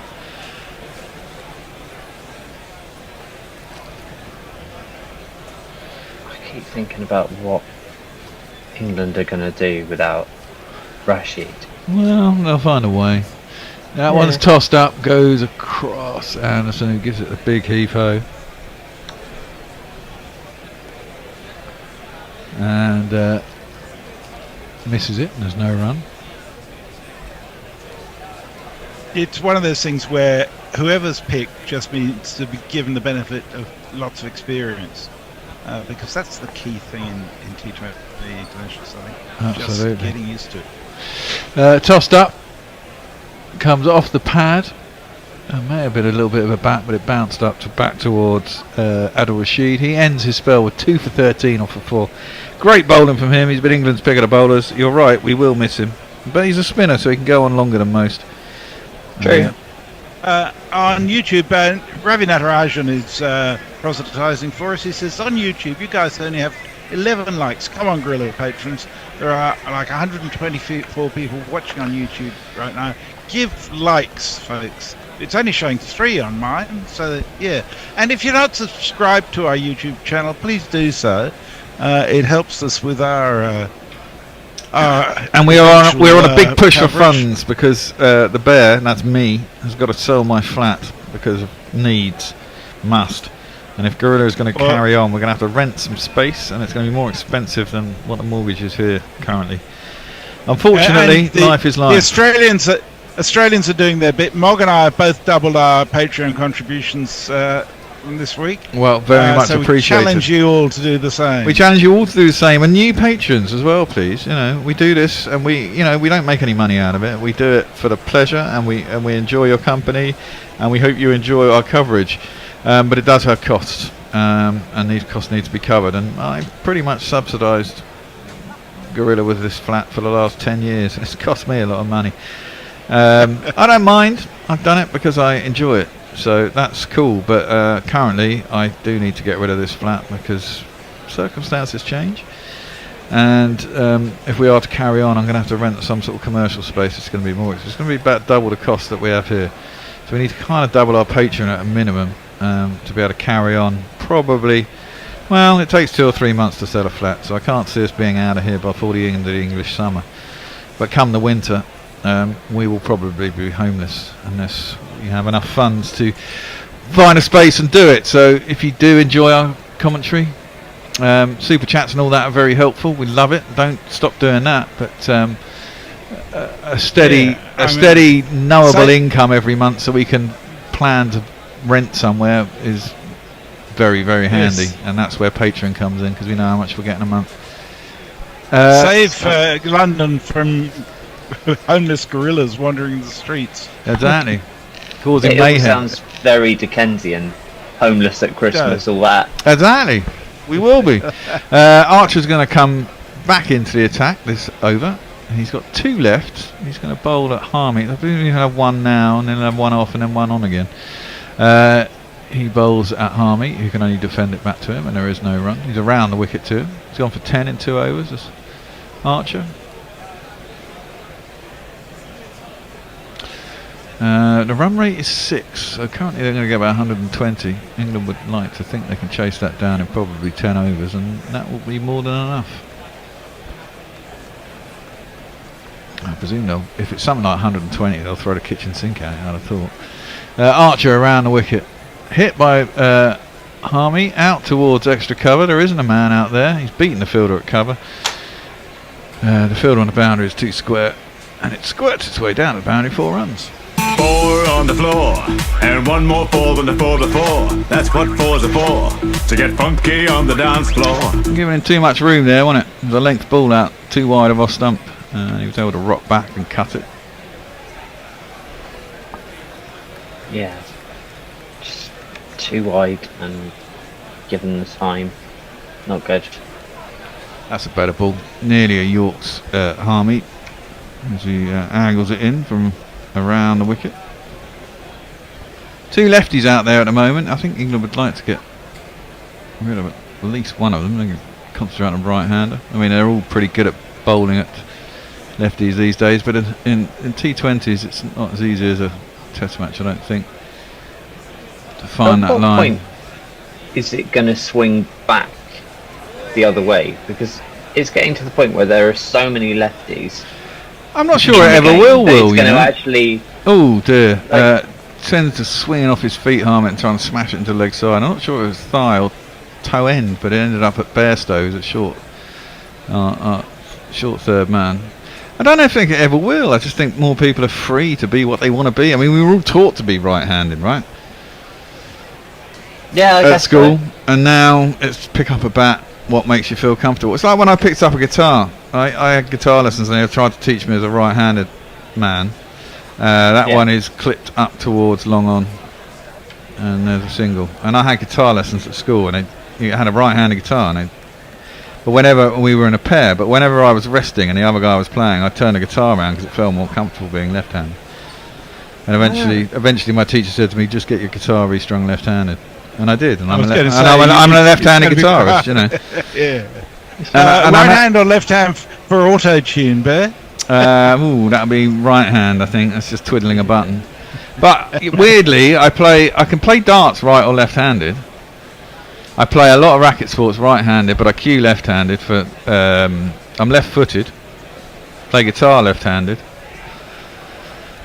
Right-handed. So you're all over the place. Basically. Yeah, I'm all over the place. Bowl left-handed, throw left-handed. Warren says if this ends early, can have a sumo off between Taylor or Anderson and young Johnny Bairstow. Oh, well, that'd be interesting. That one is just defended by Anderson to Johnny Bairstow, who's at short third man. It's a single to end the over. 97 for 5 after 16. 4 left. Warren also says, earlier I saw proof that Clive Lloyd survived Bears driving, amazingly. Yeah.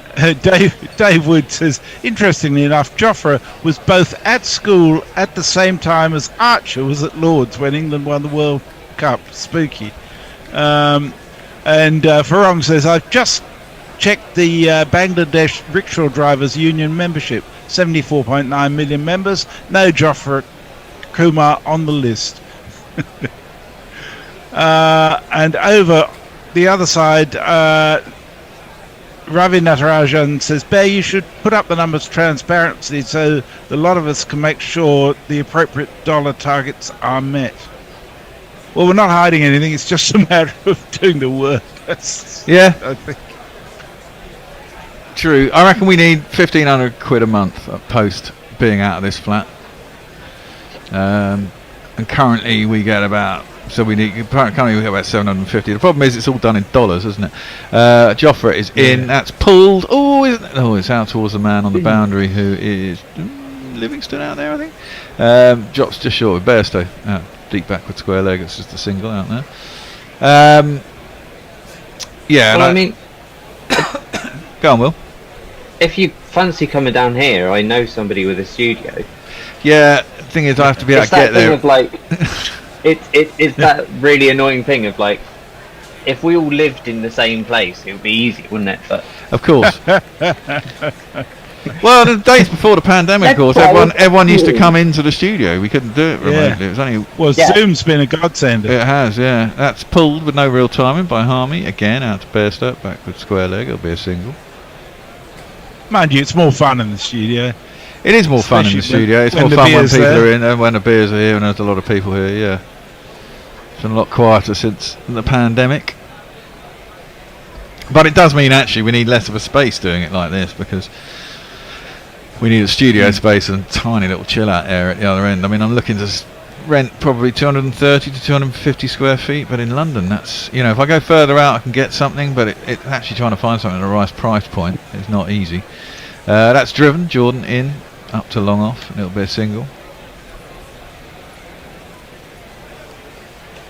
And 1,500 quid would give us around about £1,000 or so a month to spend on rent, which I'm pretty certain I could get 250 square feet for that.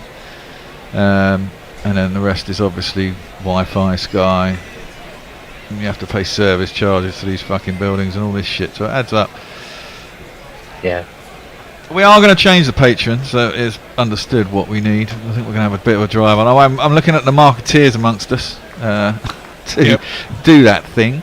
That's full and across Harmeet. He comes down the track and misses it. It won't be a wide, it'll be a dot ball. The 100 is up for the USA, but 100 for 5, and they're in the 17th over now. 16th. Yeah. 17th over, yeah. Mock says, fun fact, I'm a no-hand guitarist. I can believe that of Mog. He's very capable without any hands whatsoever.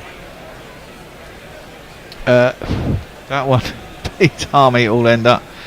It's like it was a leg break. I don't think it was. I just think he got the wrong line. Tried to play across it, and it went across him instead. And there is no run. That was amazing. The stream slowed down a little bit and it made Jordan just look very kind of like Terminator-y when he was running in. It was great. I like Chris Jordan. He's still got a little bit on him. It is interesting that Woody has been a bit flat. So ever since the World Cup last year, he's not been on it really. As a lot of people have said, he's just quick, doesn't have a lot of variation. And that's pulled out towards deep mid wicket. It's only a single. I think there are only 3 runs off that over. 4 runs and 101 for 5. After 17, Messi. Pirate Badshaw says Bairstow has the sort of qualities that imply power sumo. You're a Kiri for the win. I don't know what that means. Ravi says, send out an email to the Patreon. Some of us can contribute more for the love of guerrilla cricket. I certainly can. Let's make it happen. That's certainly going to happen. We're also going to look at some different tier levels on Patreon to make it easier to contribute a bit more. M says, what about direct debit? You can set up a direct debit if you like. I'll have to give you my bank details. Are you going to rip us off? Are you going to try and get in the back door and nick all our money? Not that we have any, but you know.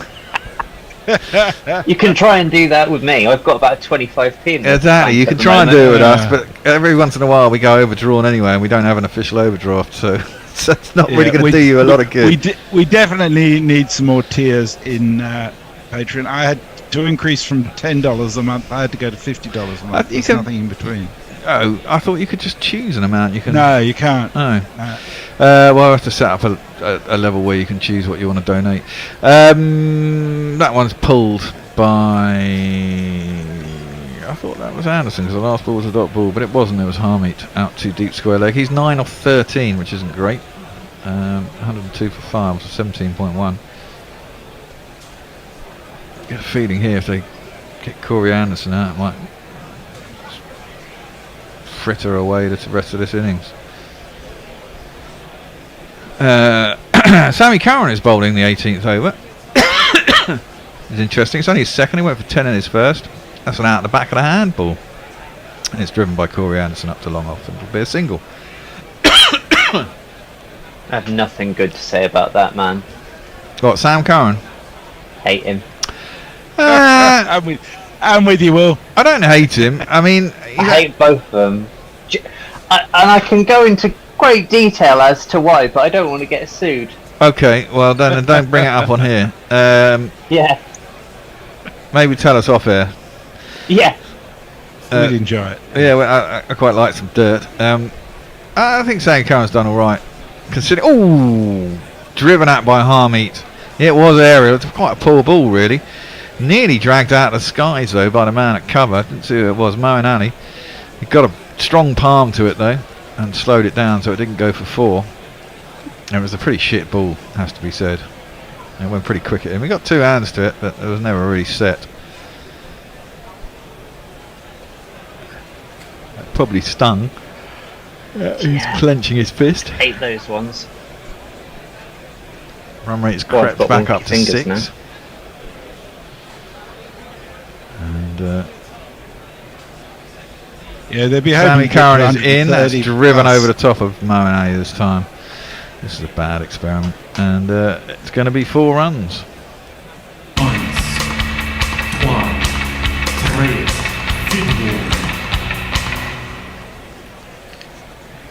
Good shot from Harmeet Singh. Poor ball, really. Problem with Sammy Curran is he doesn't really have any pace. And he's not really got a lot of height either, so he doesn't have any of the extra tools that you want really to be a top quality fast bowler for me. I don't really understand how he's gotten as many England caps as he has, to be well, quite honest with you. To be fair, when he's decent, but he's not special or well, when he started in the test side, didn't he? England didn't lose a test while he was in the side for about 18 tests. And he proved his worth to a certain degree. That's hauled. That's going to be 6 runs. Oh no! Yeah, it is just over the top of long on. I think that's Harry Brook down there. Nearly pulled in by Brook, but he was always struggling with the boundary, and it's gone all the way. 6 runs. It was an off cutter, and Harmeet just picked it up, length ball. Just fingertips to it by Harry Brook. I don't think he'd have been able to stop himself from hitting the boundary though.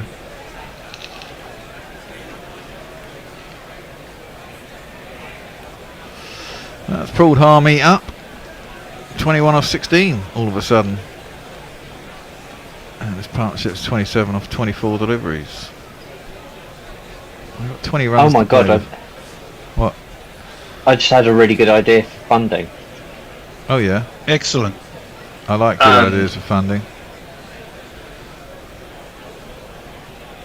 It's really weird and a bit long-winded. Should I tell you off air? Yes. Send us an email or something. Oh, that's hit up to long off. Is it going to be out? It is going to be out. That was a fucking full toss that should have been put into the crowds. But this time Harmeet has just undercooked it. and hit it straight down. I think Joffa was down there at long off, or Chris Jordan. Of course it's Chris Jordan, he never drops a catch. He was down at long off, and Harmy, good little smack there, but unfortunately he got himself out. And this definitely is one of these. I refer you to my thing I learned from Gorilla Cricket. Shit takes wickets.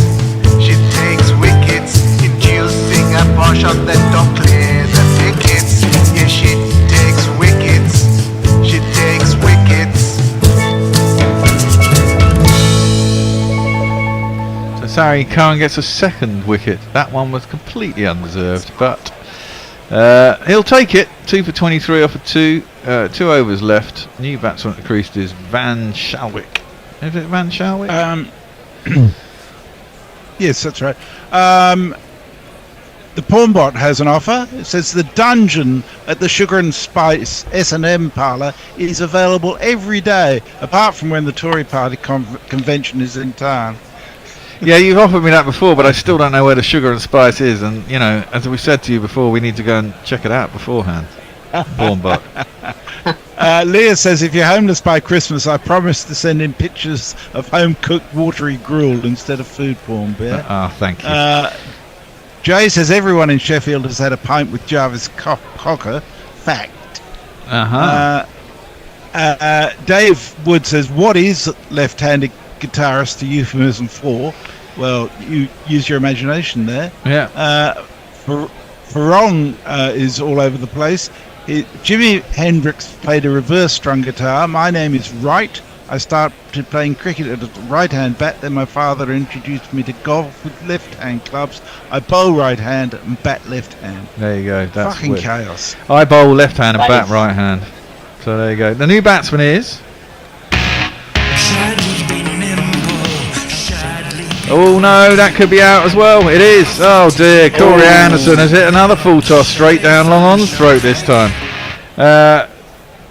Opposite side of the wicket, but the same result. Chris Jordan bowled up one. I presume it was a slower full toss, but still, Corey Anderson's eyes lit up and he didn't time it enough and hit it straight down Harry Brook's throat at long on. 2 wickets in 2 balls. We're going to get another shit gets wickets. Shit gets wickets, so try and see. A smooth full toss is a guarantee there. Shit gets wickets, obviously. Shit gets wickets, shit gets wickets. That wasn't Shad, that was Corey Anderson, wasn't it? Facing that ball, because it's the beginning of the first ball of the next over, yes. Yep. So we've got both new batsmen in there. Jay says, I literally couldn't afford to eat if I doubled my Patreon. That's fine, Jay. Jay is one person I'm definitely not thinking about that you should fund us. You've done enough. And Mog the same. And some of you do more than enough, and we're very appreciative of it. It's, you know, there's some of you out there who listen to us. It'd be nice. We don't even know anyone's personal circumstances. We can't.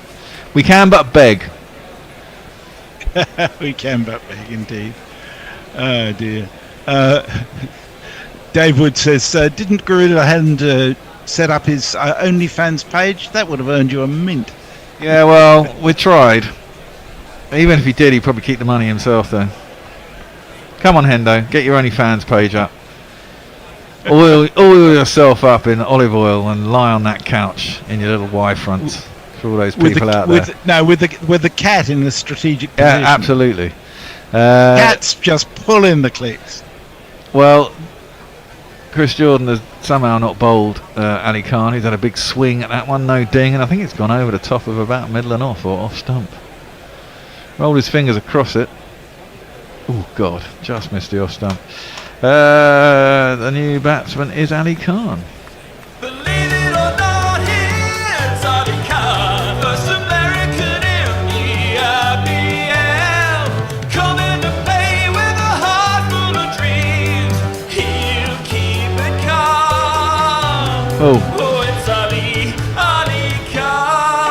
Didn't make it to the end of his jingle, did Ali Khan. His off stump has gone cartwheel, and that was a quicker delivery, full straight, and he was really late on it. And that was a good ball.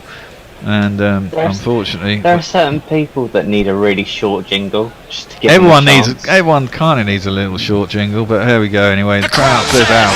The crowd says you're out. Now, I think probably for the USA to go through, they'd have to bowl England out for about 20 in about 4 overs, probably, or something. Someone's probably got the calculation there to turn their net run rate around. Yeah, and then hope that South Africa beat the West Indies by quite a lot as well, probably. Yeah. Well, I don't think it's going to happen. Actually, on the radar. No, it's not, and it's likely that England will knock these runs off in plenty of time to up their net run rate above South Africa. You'd have thought, because they don't look like they're getting much above 130 here. This man's come in. Nash rises with every moment. He's got to grind to fight to survive.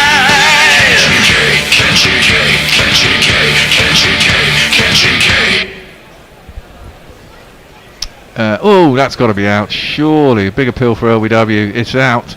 Yep. Jordan's on a hat trick, full straight, and unless Ken Jiggy, he's going to review it. I don't think, unless he got some bat on it, but clearly he doesn't know if he did because he wasn't that sure.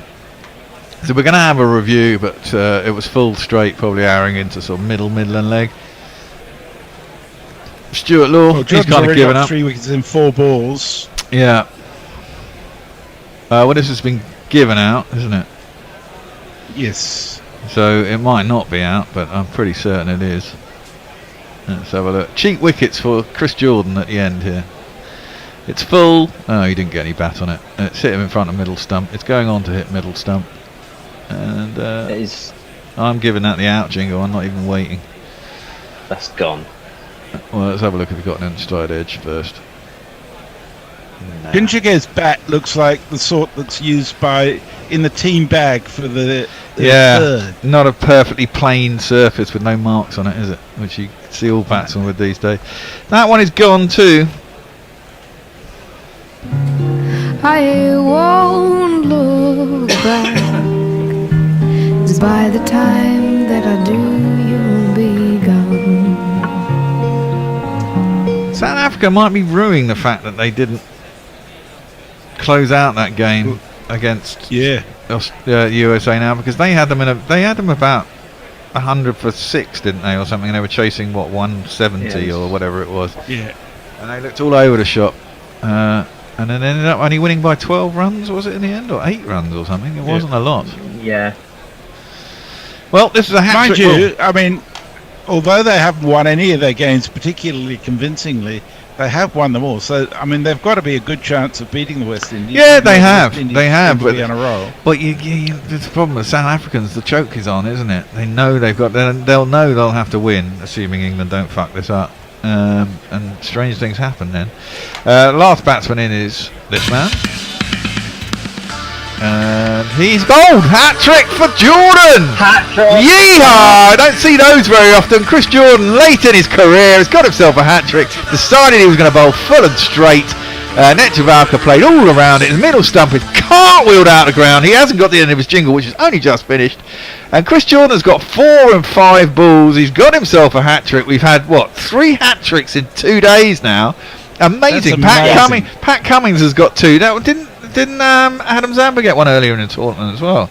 No, that was the first one, was Pat Cummins. Oh, okay. So we've got no hat tricks in a while, and we've had 3 in 2 days. Chris Jordan just bowled it straight up there, full, and Netjavalka, he's a number 11 to be fair. And one of the best chances you'll get an international hat trick in a major competition, and Chris Jordan's got one. Whatever happens now, he can say that's true, and he's extraordinarily happy. And I don't know what to say.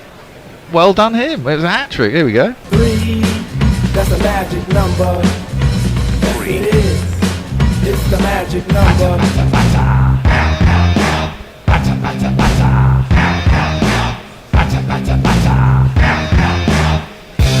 On your bike, mate. Bye-bye. Good for him.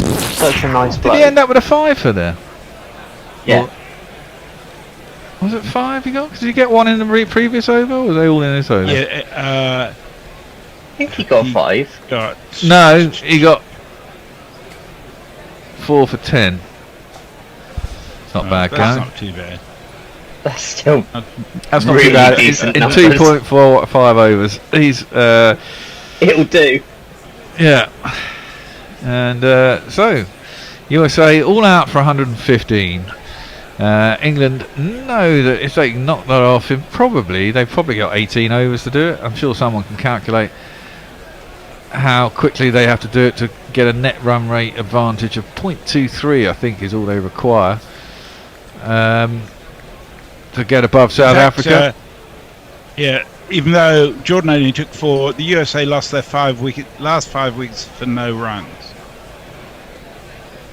which is a bit sad, really. When I got 135.5, we had another patron. Thank you for my call out is working. Good job.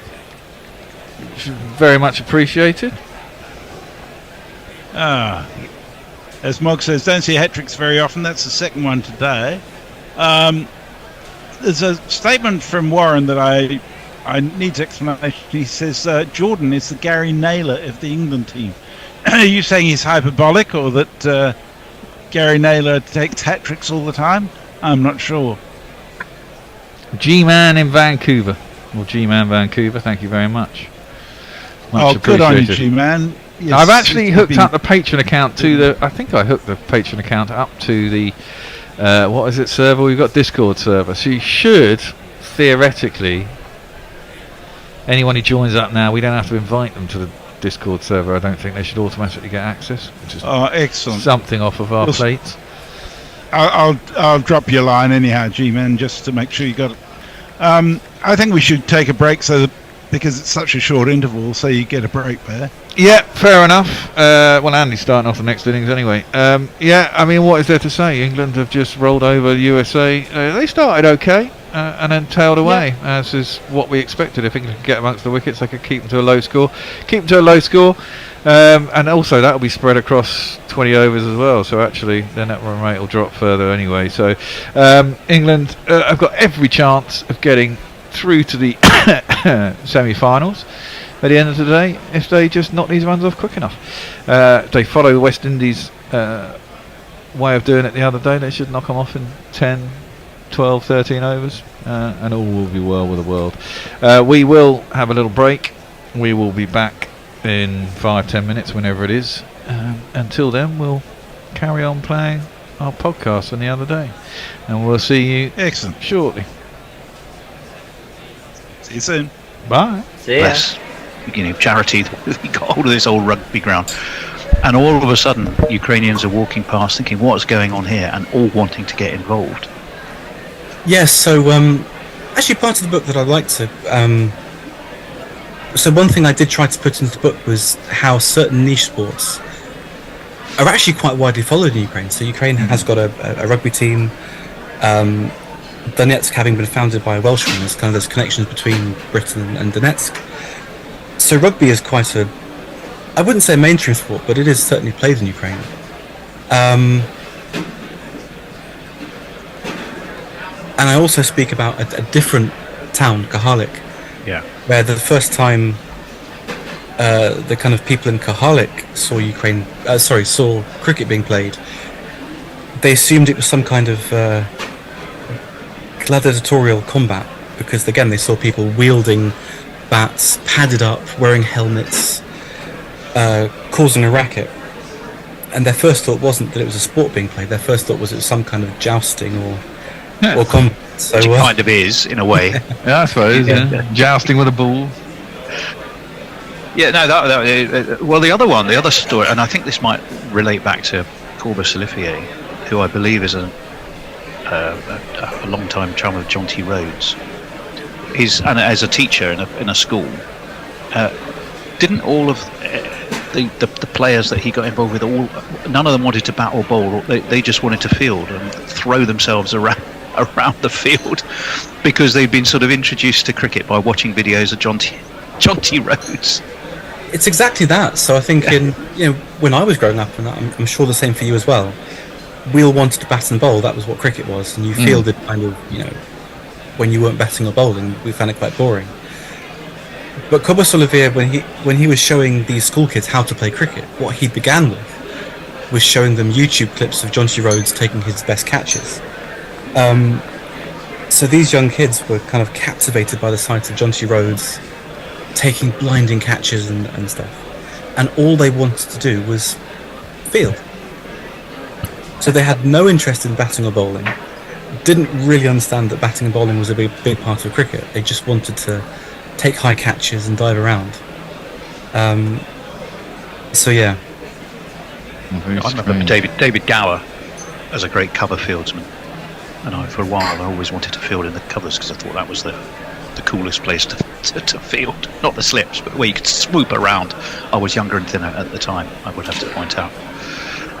But there are another sort of socio-interesting point that the book sort of almost coincidentally brings out is that girls, by and large, were way better, Ukrainian girls, I might point out, were way better at cricket than most of the boys, largely because there is so much concentration in schools and the education system there on gymnastics, athletics and things like that, and they were way more physically in tune with the requirements of cricket physically than boys were. It was lovely to learn about that, actually, that in Ukraine,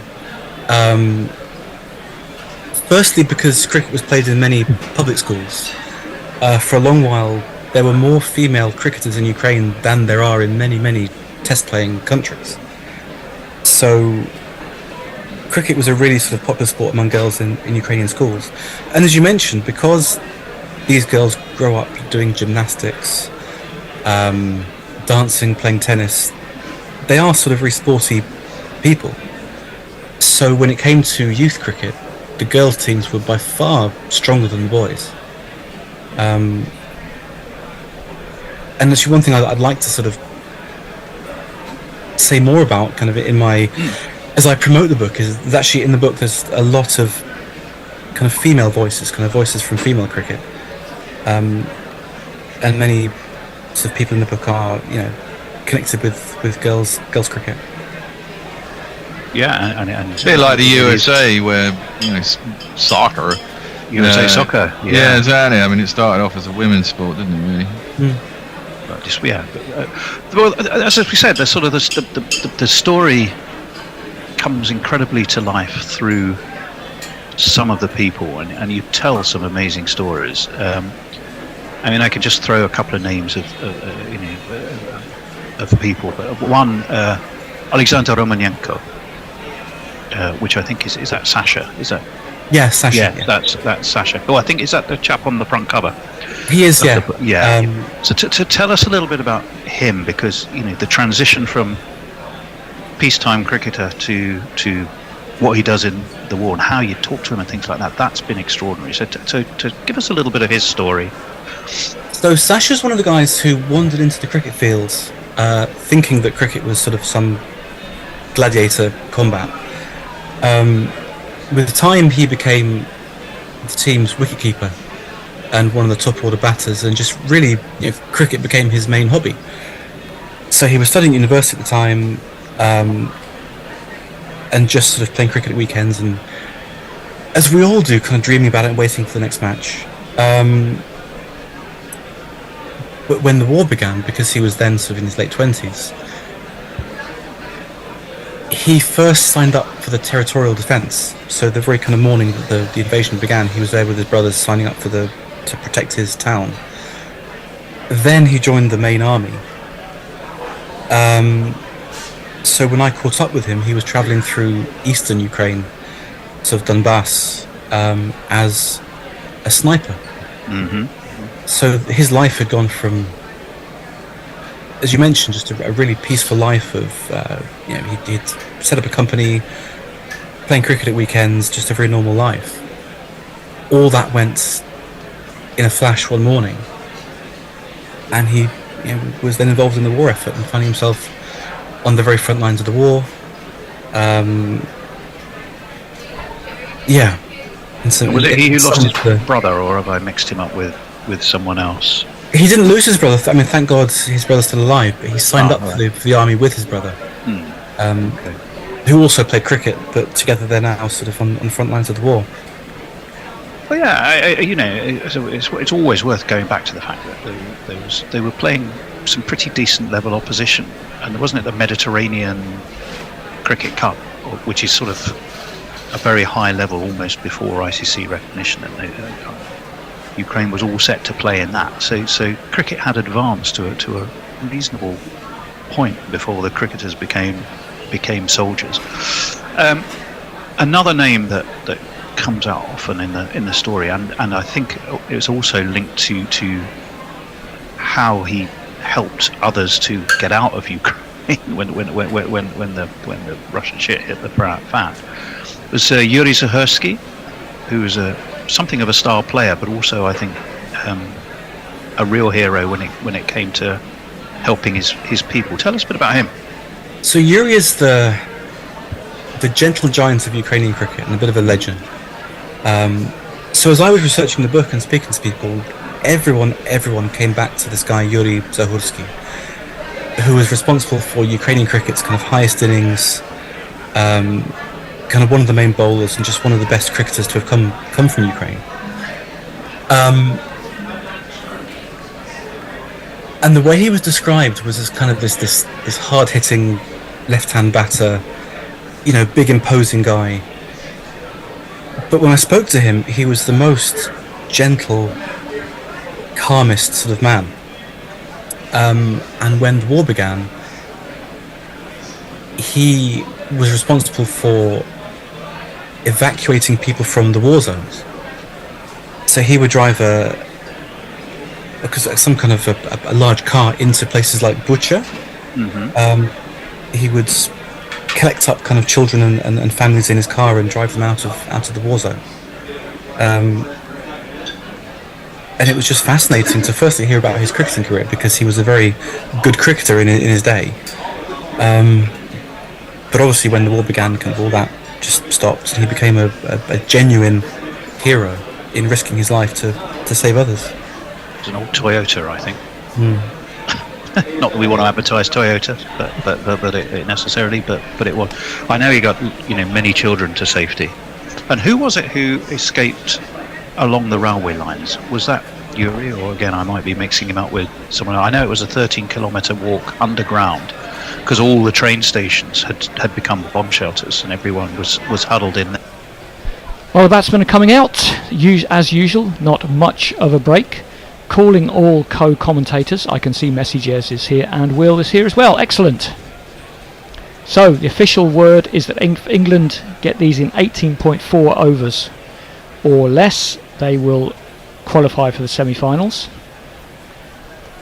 After that, I think the quicker they do it, the better chance they have of topping the group. Anyway, I'll jingle up some players. First of all, this man's going to take strike. Get up on there.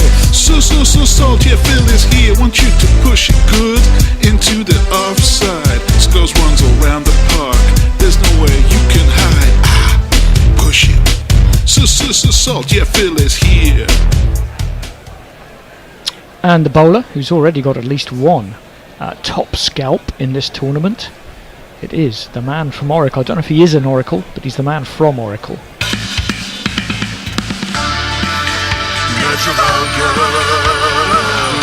We're waiting here for you. Metrovalca, and whatever it is you do. Well, early wickets a must, Will, for the USA to have any chance here. Yeah, I mean, you've got to get rid of... Well, the thing is, it's really difficult, because I was just trying to think how far down they're going to have to get before England can't bat. But actually, I mean, Adil Rashid's got a few sort of first class hundreds and list A hundreds, so... Yep, and England strengthened the batting a little bit with Jordan in for Wood. Here comes Netravalka for the first ball, left arm over, onto the pad, tapped into the leg side by Sultan. It's a misfield, can't afford too many of those either, and they'll get through for a single. There are two good reasons to top the group as well. One is that it seems likely that India will top the other group, which would mean not having to play them until the final. The other is that if semi-final is washed out, the person who's at the top of the group goes through to the final automatically, and that might happen. It could. Now, okay, we'll come on to that. Let's jingle up the new batsman. I'll tell you what, it looks like Netravalka is going to come in again, so I'll let him do that first. Little bit of a breeze blowing from third man, it looks like. Onto the pad again, played back down the wicket, no run. This is the batsman. Pryor ain't no loss, 'cause we've found someone Sutler. Okay, he can't spell Joss, but he also can't spell Butler. Joss Butler, just because he is Joss Butler. So I guess we'll come on to it. I had read before the tournament that only the first semi-final had a reserve day, but it's not strictly true. No, then I read on Wikipedia that all 3 of the knockout games have a reserve day.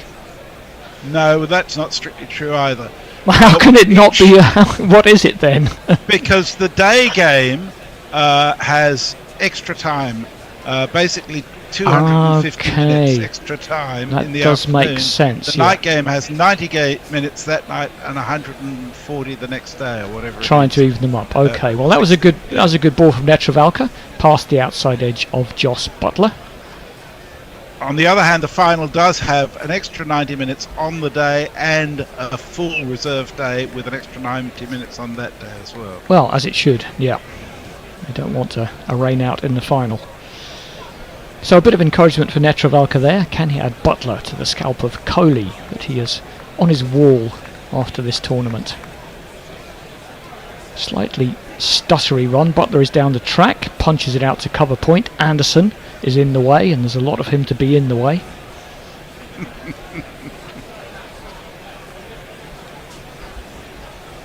Isn't he just the correct stature for a cricketer, Anderson? For a 40-year-old cricketer, probably, yes. Yeah. In the seconds, yes.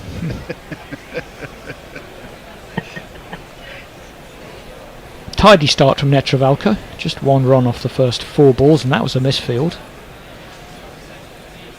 But England have plenty of time to get these runs now. Butler is down the track again. It's off the pad, pitched way outside leg stump. They get through for a leg bye.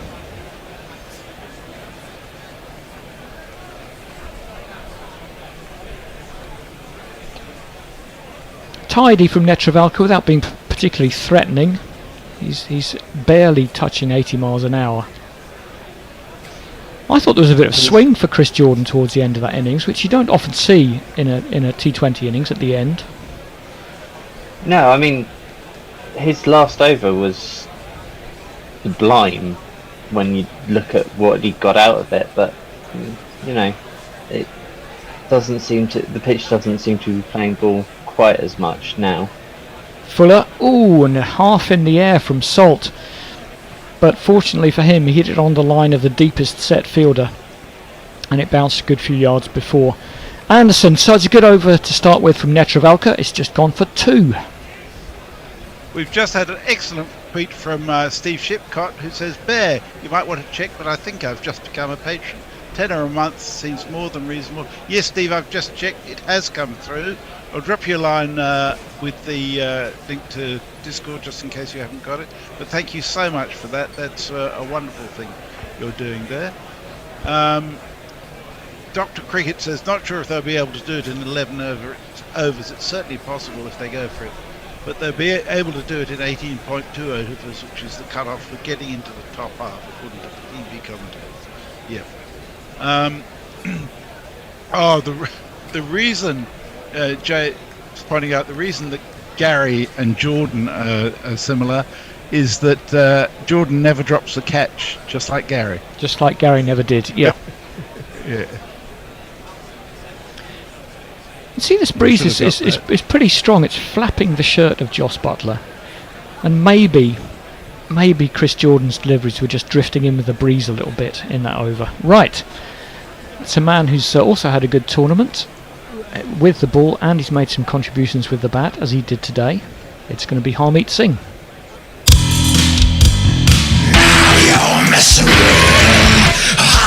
sing. Messing with house.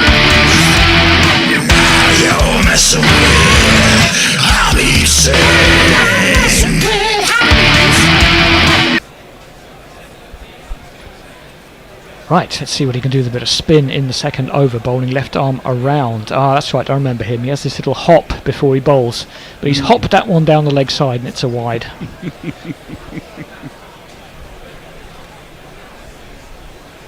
I mean, it's a slightly unusual action. I would describe it as bouncy. Punched back by Butler, and Harmeet skips across and picks it up, and there's no run. Well, England is treating them with considerably more respect than Oman. So far, yes. Yeah. That delivery was almost balletic. That one's chopped into the offside, and Anderson is there again, and there's no run.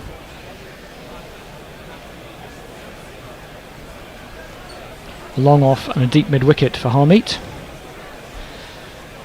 And Butler, even more reason than usual for him to take his time in his first 20 balls. Onto the pad, clipped into the leg side, he'll be out to that deep fielder. Unfortunately, in his last two innings, Will, he's done the slow bit and then got out just as he was going to do the quick bit. Yes. Yeah. Do you know, I don't know whether it's the partnership with Salt or whether he might, like, do you put him at 3 for a bit? It just something seems to not quite be clicking, and I don't know whether it's I don't think you make that kind of change extraneous in the middle of a tournament. I do see what you're saying. Oh, no, Salt I don't defends mean now, back to but- Harmeet, yeah. But I just mean kind of, I don't know, after the World Cup, do you kind of fiddle around a bit? I don't know, you know, he can look out of touch and then even look out of touch in an innings and then suddenly flick a switch and he's away. Salt punches that one up to long off, he'll get a single.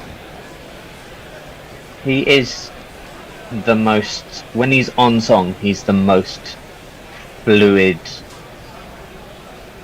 He can just hit it absolutely anywhere. It's yeah. so beautiful to watch when he's on it. He's back on strike now.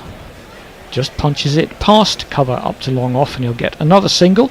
Good over from Harmeet, just went for 3. England are 4, sorry. England are 6 for 0 off 2. Rarin Natarajan says, is there any way to indicate different Patreon tier subscribers on the Glory Roll? Like a different colour or front side. Well, at the moment, all those on the Glory Roll are on the $10 Patreon level, but it's certainly something we can consider in changes we make. Jan Araratnan says, I went to the Australia game yesterday, worst I've ever seen them play live. Yeah, it was very poor by the Australians. The fact that they couldn't break the opening partnership of Afghanistan meant that they couldn't get into the tail, which starts at 3. And that's what cost them the game, really. Yeah, well, their fielding's been so sloppy in this tournament. Yeah. It's very, yeah. If I can dare use the word un-Australian. Yeah, indeed it is. Or spooned up by Butler. He's got it over mid-off. It won't reach the boundary, I don't think. No, I'll get back for 2. He came down the track. It wasn't there to be hit. He just kind of scooped it over mid-off, picked up 2.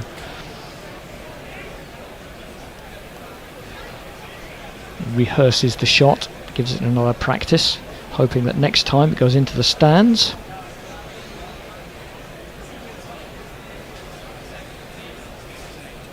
And then bat twisted in his hand as well. But no harm done from Butler's point of view. Got away with one.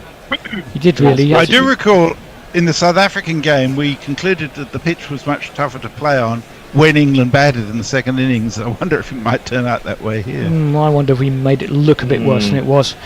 But these day games are a bit funny. That one's punched out to backward point for no run. But certainly I misjudged that pitch after the first innings. Maybe I paid too much attention to what de Kock was doing. It's on a bit of a different plane to everybody else. So Netravalka has the ring of steel on the offside. They're all in the circle. 2 men back on the leg. Going to angle it into the pads of Butler, or not, as Butler goes too wide of off stump, and predictably enough, Butler rocks it past cover for 4. I'm looking over a 4. Foolish of me to expect a bowler to bowl 6 balls to his field. I should remember that from my captaincy experience. 3 would be nice. Oh dear, such an optimist, yes. I'm just glad that you still believe it's possible, Andy. They just can't bowl the same ball. Even they can't even. They just have to change something. Ugh. And Butler gets hold of that one down the track. It's in the slot. Netravalka changed it again. He came round the wicket because he was hit for 4, and predictably enough, ended up being hit for 6. Onto the roof.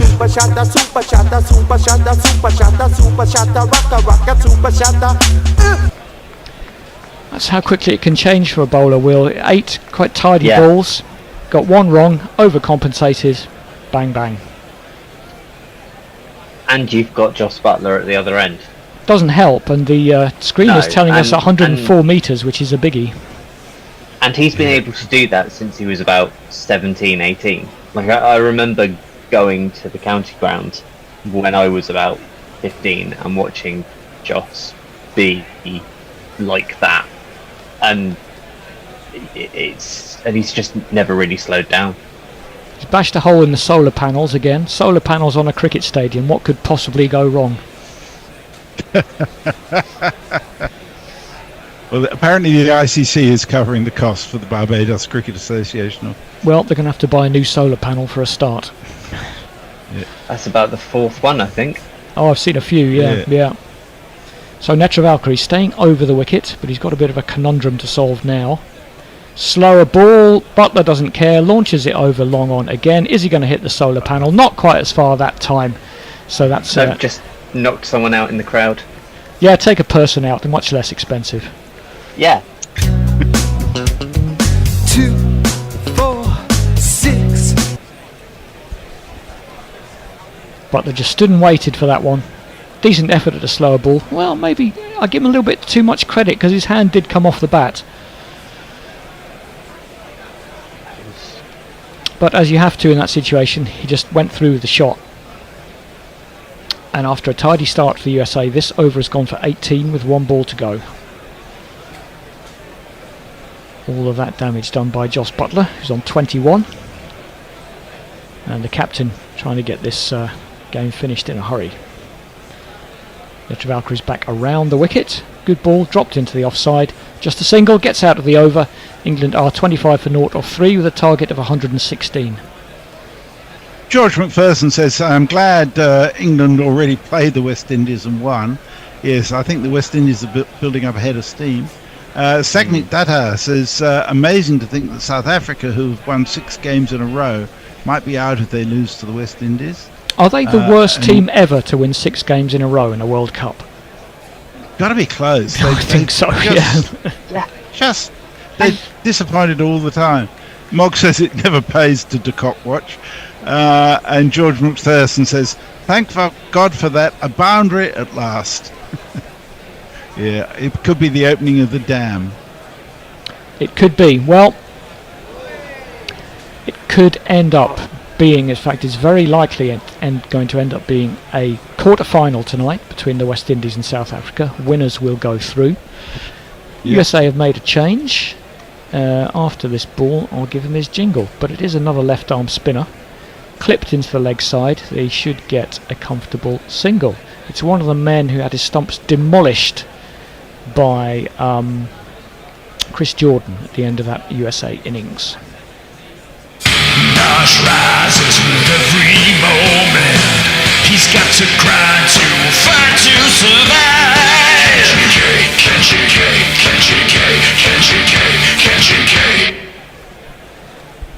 Here he is again, a little bit more of a languid delivery style than Harmeet.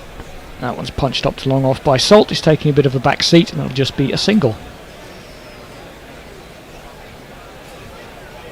that That a first replay 6 or- was a beautiful clean Yes, hit. yes. Yeah, dead I just got straight. it cut out a bit, so I wasn't sure. Up and up and up. It's a possibility. Is at the other end this time because you can see the dent on the solar panel. Oh yeah. He's trying to take on mid-on this time. He does. It goes over mid-on and 1 bounce for 4. Now my innings going, great guns. I hit the ball, 4 runs. I hit the ball and it went for 4 runs. And USA, Jez, when we were here on Thursday, whenever it was, you did say not to underestimate the USA, but I did wonder if their race might be a little bit run if they got on the wrong end, if a game started slipping away, because they've almost won their tournament by getting through to this Super 8s. Butler goes to reverse, misses it. I think they've run out of puff. I think they look like a team who's we're expecting to play 4 games. This is game number 7. And they're coming up against some pretty good opposition here. And they played, and they did play a 4-game series against Bangladesh immediately before the World Cup too. So for non-professional cricketers, that's an awful lot of cricket. Butler steps in a short away. period of time. Kenjige follows him. He can just punch it up to long off for a single. I know you guys were talking in the first innings about how it would be great if USA could play England, for example, but Jesus, England can't. Then do England have to play 7 more of these teams? There's not enough days in the year. That's right. Kenjige is in, short on leg stump, but hits the pad. Salt, who hasn't had a lot of strike, this is only his 6th ball, couldn't get hold of it.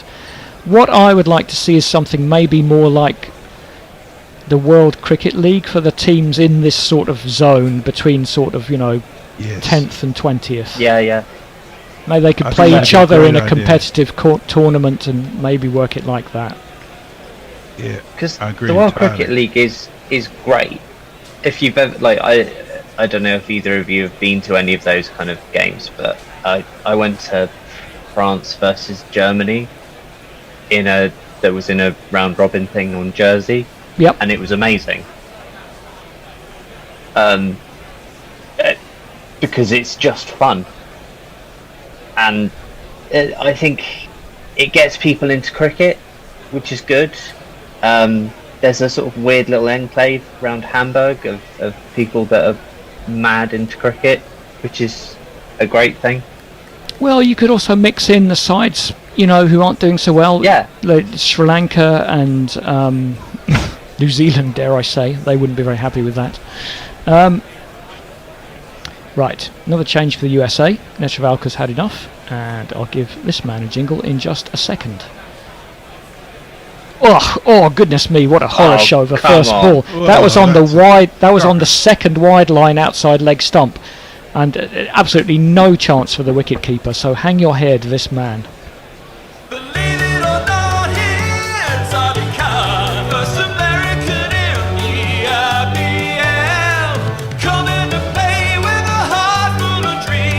You might think I was exaggerating there. I was not. It was on the 2nd wide line outside leg stump. Is that the worst ball in the World Cup No, it's not. There's some that have been off the cut strip and no balled as a result. Well, it was certainly in contention. That one was better. Butler plays it into the offside. There was a shocker in, I think it was this morning's game, outside the off stump that would have been as bad as Harmison's. In fact, it wasn't. It was worse than Harmison's because it didn't swing. It just went straight across. I mean, he obviously lost his grip somehow, but it was just dreadful. There's been some shockers. They really have. Dave Wood says, if I hadn't spent the past 15 years offering financial support to you in your earlier incarnations, I could have funded a small nation's revolution by now. Viva la Presidente. Butler's down the track, clumps it over mid-on, 2 bounces for 4.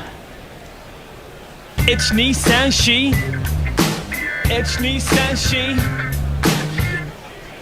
And this is really an innings of 2 batsmen. Butler's flying 32 off 20. Phil Salt's got 3 off 6. That's all right, he's just feeding him, isn't he?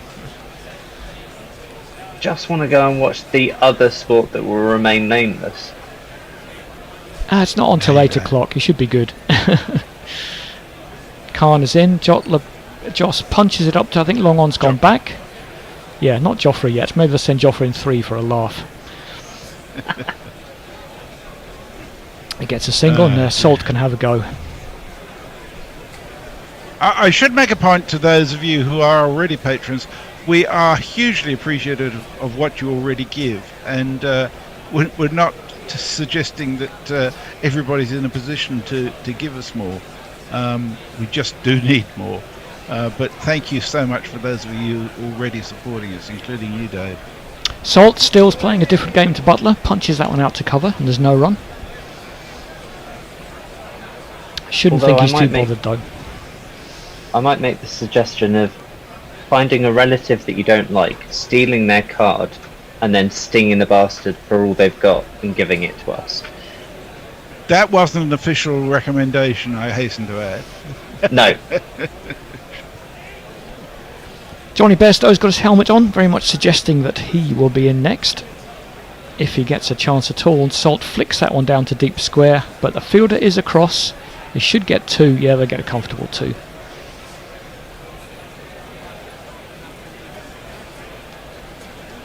But yeah, if this was a Sunday game and you were batting 4 and 5, you would be wondering if you're going to get a go. You'd be really pissed off because you paid your 15 quid or whatever it is to turn up. Extortionate now, I know. It was certainly 15 last yeah, year. Well, everything's going up. Khan is in. That's flashed through extra cover by Salt. Finally, he gets one through the infield, and that's going to be 4 runs. 1, 2, 3, 4. Over 50s team, I don't play for anymore. They're paying £20 a game if tees are provided. Wow. They do play on nice grounds, to be fair. Yeah. But I know that's crazy. It's a lot, but you know, clubs' electric bills have gone through the roof, and you know, you can see why they're not trousering money off it. Don't worry about that. Oh no, it just is the, like, I think it was about 6-7 quid when I started. But I think when I started watching top flight football in London, in 1989, £6 you could get in. Arsenal, Tottenham, anywhere. Oh my God. Yeah. When I was in London in 2019, I thought I might take in a Premier League game. Yeah, you needed a ticket for less than 150 quid. You need a bank loan, yeah. Butler tips that into the leg side, and as a single. The only way that I can afford to go to top flight games is by nicking a press pass off someone. Blagging it, yeah. You should start guerrilla football or something. Mind you, there's a million football podcasts as it is, so tough market. I write a little bit for the Gooner, and I help. Salt hasn't got all of that one. Is he in trouble? No. Who is that? Fielder can't quite get across, and he's rather fortunate. I think that's Jones Taylor. He plinked that far enough to get over mid-on, but not far enough to get to deep mid-wicket. Nonetheless, that brings up 50 for England, 50 for Naught in the 6th. Mog says, I suppose you could say the US have kind of won already because they've qualified for the next World Cup. Well, exactly. It's quite a good achievement for them. And the fielder dives in and rightly goes for the catch, but because US need wickets if they have a millionth of a chance of winning this game. So Van Schalkwyk ran in from long off, tried to take the catch. It wasn't there, and it, as so often happens, dipped underneath him and rolled over the boundary for 4.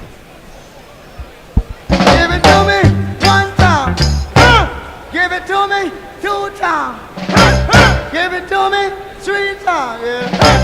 Give it to me 4 times. Bowler might feel he wasn't going to get there anyway, and he could have just fielded that one. Goes for the reverse. Butler put it in the gap along the ground, and that's another 4. Now my innings going, great guns, I hit the ball, 4 runs, I hit the ball and it went for 4 runs. England making hay in the last over of the power play. Mark Zip correctly points out every time I say this morning's game, he does a double take because for him it was last night. Yeah, indeed. Sorry, Mark. These times things are confusing. England are halfway to their target, 58 out of 116. Butler does a little shimmy, ends up just tipping it into the leg side, and square leg is up and there's no run. But England well on course to knock these off in 11 or 12 overs, which would at least, goodness knows all the permutations, but West Indies and South Africa will know what they have to do to win the group and or qualify. So they'll be able to figure it out later. Swept by Butler, because square leg is up, deep mid wicket had to come round and they'll get back for 2. Indeed. I'll have to try and think of it here. Mark says, surely you're not over 50, Andy. Well, I'm now too old to play for the over 50s. They've got younger players in. That is no joke. Oh, that's outrageous. That's discrimination. It's ageist. Yeah, absolutely. I should say Mog and I are swapping our next shift, so he'll be on after 6 overs instead of me. Well, I'm not sure there is going to be a final shift, guys, but do hang with us. Leo says, I guess you can tell the bear that he did not automatically invite patrons into the Discourse server, but Patreon, presumably the official account of the company, is on Discord for some strange reason. Then maybe that's what happened. Anyhow, I'll drop a line. Varong says there are enough days in the year to play cricket. However, Butler, wanker, wants all international cricket to cease when the IPL is on. Merchant banker, didn't he abandon Rajasthan early to play with Pakistan in the pre-World Cup? Well, he was England captain. I mean, he kind of had to. Yeah. I think that's what he's saying. Yeah. Right, Ali Khan is going to continue. Salt cuts it. Fielder Anderson gets a hand on it, and the batsman can see that it is big old Anderson going after that, and he gets back for 2. The keeper has a shy at the bowler's end. It goes up to long off, but they're not going to take a third, and there's a bit of shrugging and what was that going on. But yes, the only way England can top the group is if West Indies beat South Africa but don't overtake England's run rate. Yeah. But as you say, Jez, there are certainly advantages in doing that. Yeah.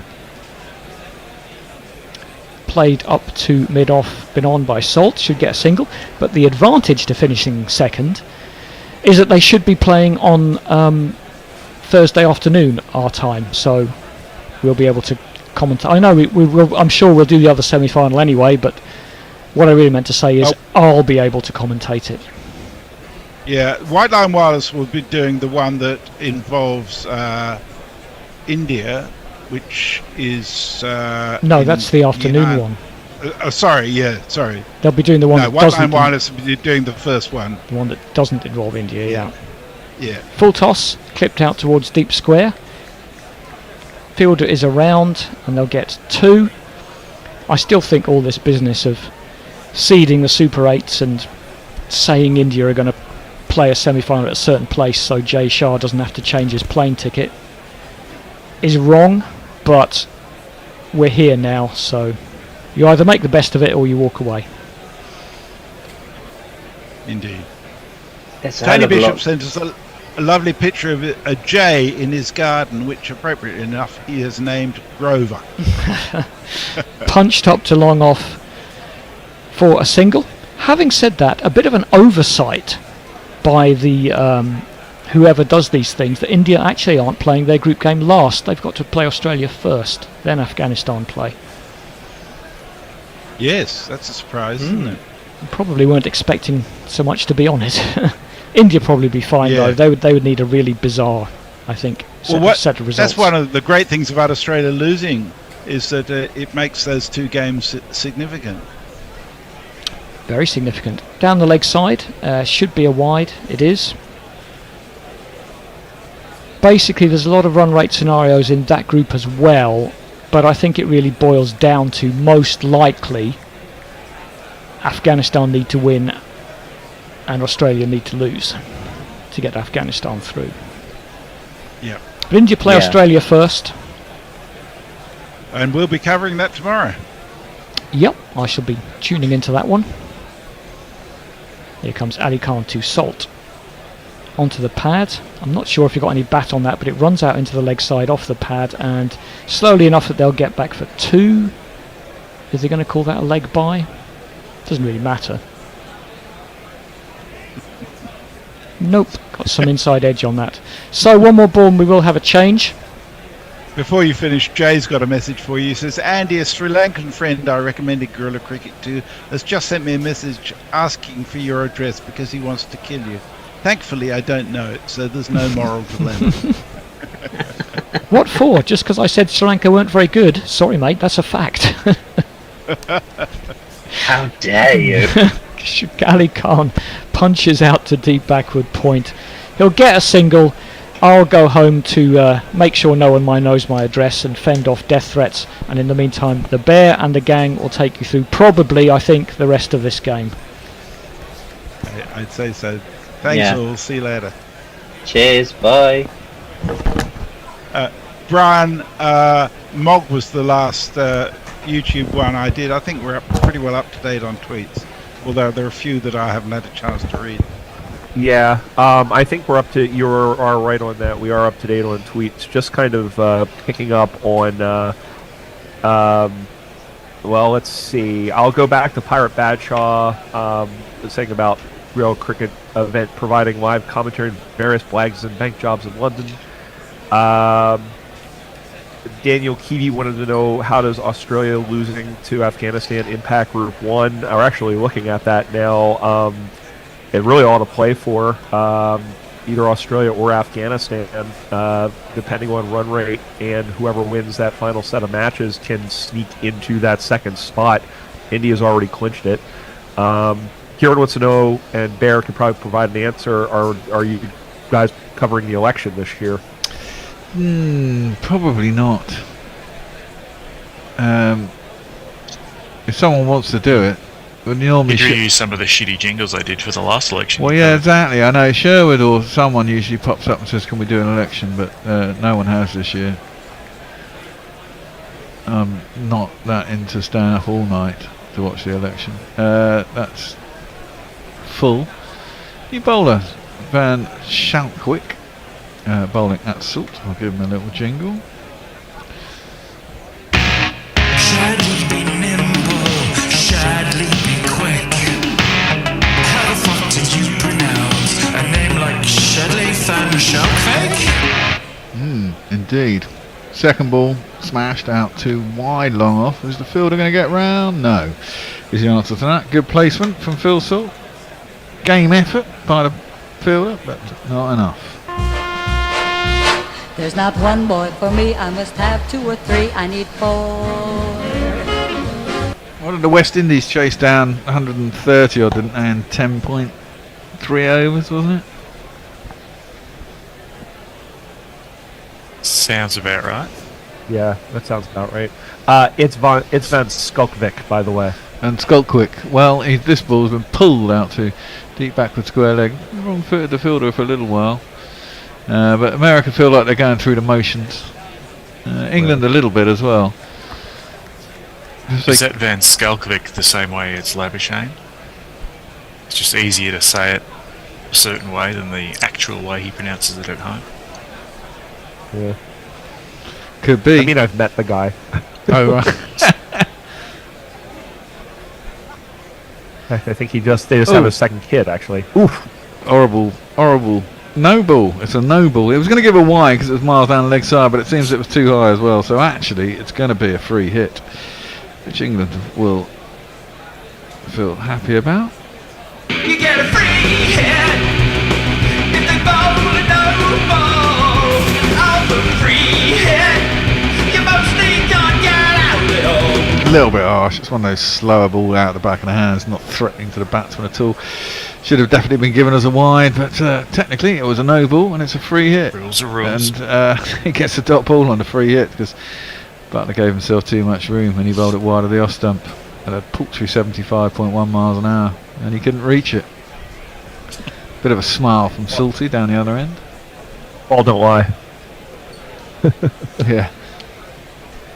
Should have just stood in his crease, probably could have battered it, but hey. Phil Salt drives straight. That's interesting. Here we go. Man, scout quick. I'm going to have to ask you again how you said that. So it's driven out into the covers, and it is just a single, I think. How did he pronounce it? Van Skalkvik. Van Skalkvik. Vic. With a V.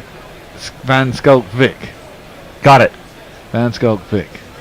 Yes. Van Skalkvik. I won't have It will to. be a test. I won't have to threaten to hit you with a herring like I had to do with Tony. Van Skalkvik. Vic. A herring. Yes. I'll tell the story after this ball. Salt 21 off 17. And pulls that one, not very convincingly, but he'll get himself a single behind square on the leg side. End of the 8th over, 78 for none. That's ball versus baseball. I love it. Over to you. Oh, Who's doing it's me. Yeah, it's me. Hi. I forgot. One of the rare times I'm on socials these days. Let's see. Andy, a Sri Lankan friend I recommended Gorilla Cricket to, has just sent me a message. Oh yeah, never mind. We already read that one. Frog says, any possibility of a no result in the other group match rained out? That's for our weatherman Messi. Jake River says, my fear of Will has only increased with his nefarious card plan. He also says, could we just not mug Joss Butler on an annual basis?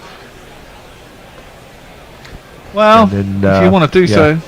I didn't suggest it, put it that way. Harmeet is coming back into his second over, went for 4 in his first. He's got a bowl to Phil Salt. I imagine England want to make an assault on some bowling. I mean, they haven't lost a wicket yet, and they now only need, 38 or something stupid. Yeah, 37 now. 38 now, sorry. 7 even. Jesus. Played up to mid-on for a single. They bring Milan Kumar into the attack, and they haven't done it yet. If they do, then England better lick their chops, because he was absolutely putrid against the West Indies the other night. Well, down the track has come Butler, and he smashed that one over the top with long off. Got enough of it. It's gone for one of these. And that's Joss's 50 as well. Well batted. Getting into form right at the right point in the tournament. The best things in life are... Not even that.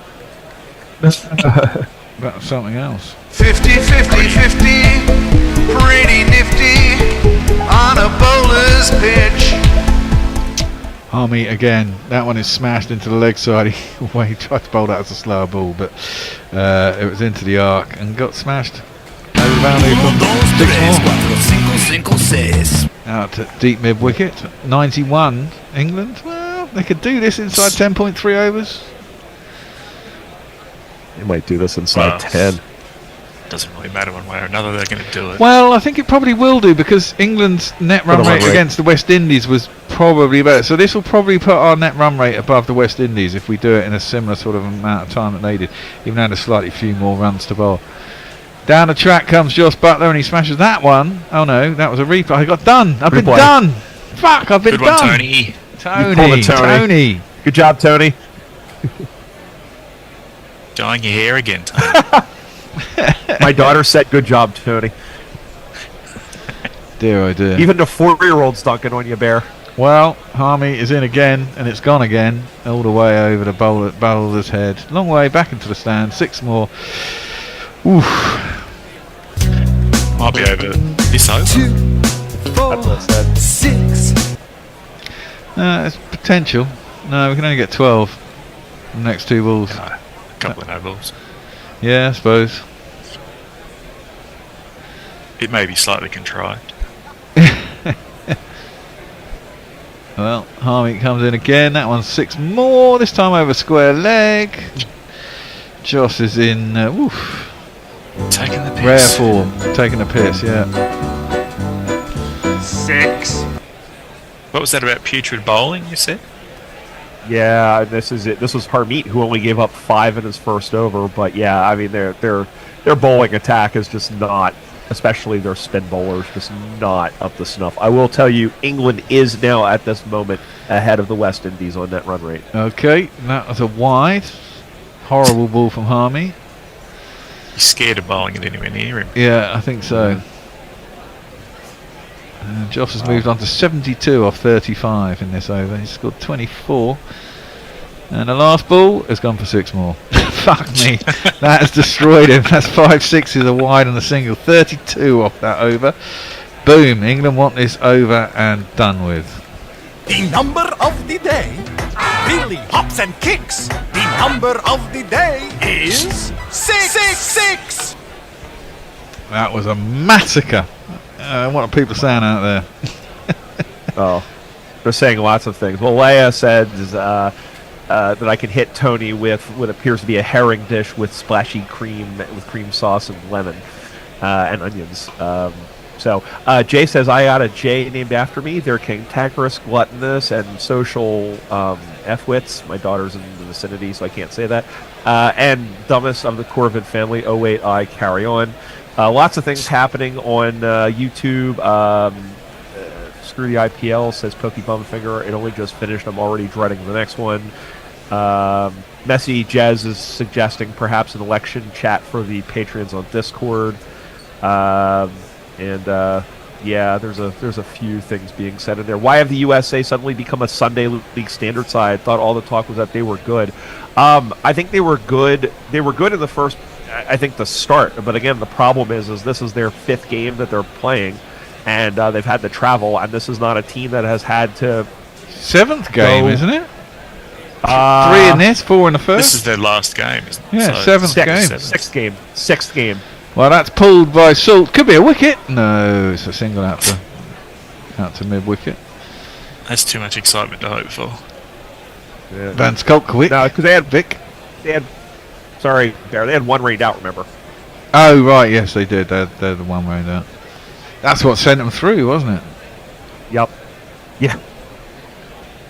Yeah. Hey. Yeah. I mean, I'll say more, I guess, when we come to the end. But I mean,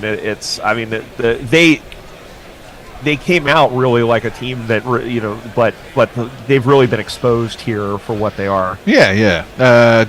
Joss has hit that out into the cover. There's no run. Yeah, they come to they've got through. They're like the wide-eyed kid gets through a door they've never been through before. It's like, wow. Exposed as being better than Sri Lanka, Pakistan, New Zealand, who all didn't make it this far.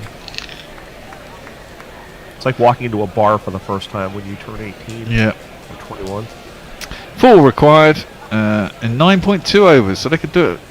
That's Salt down to wide, long on. 3 required. Just get a boundary. Yeah, let Butler finish it.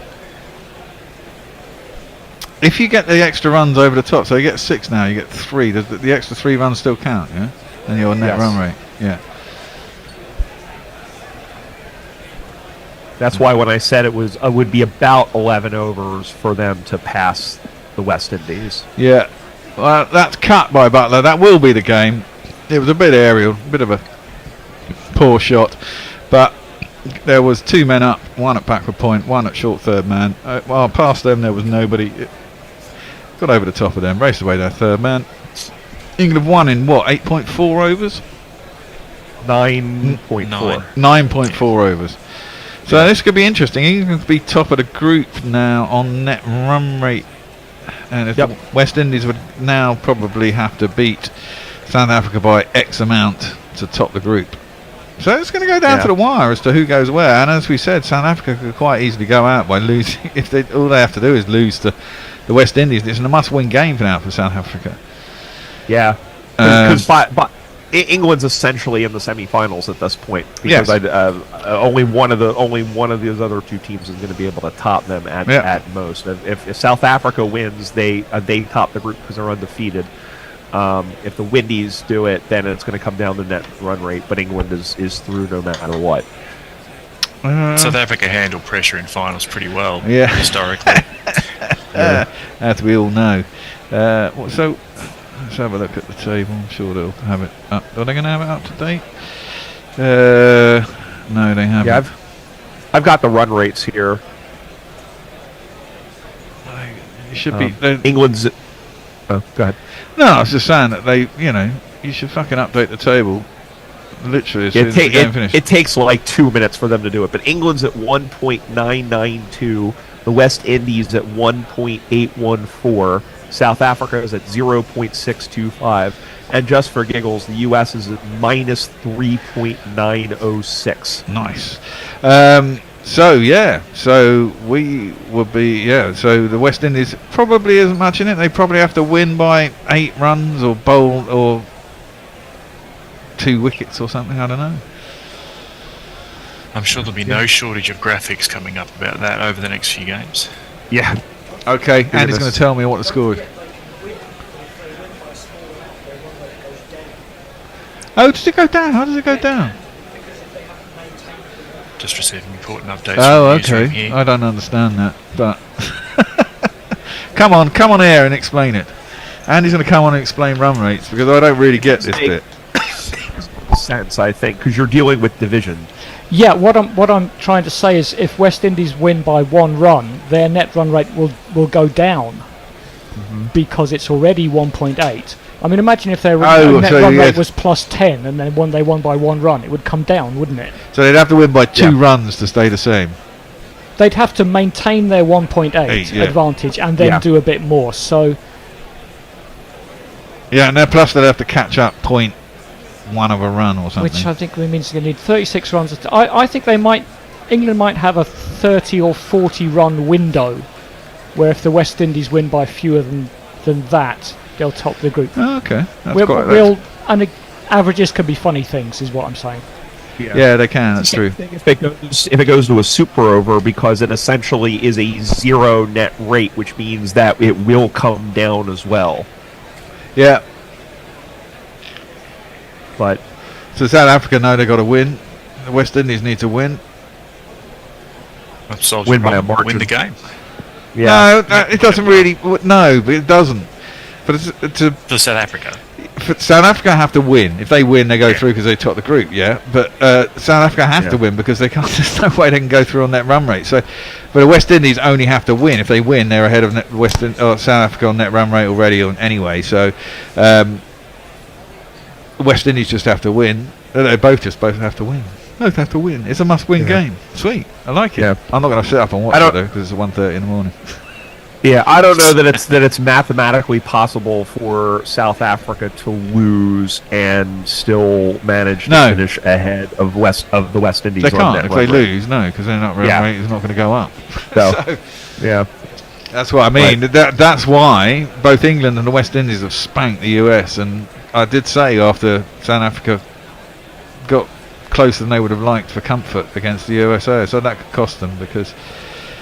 But this group may come down to how badly you beat America.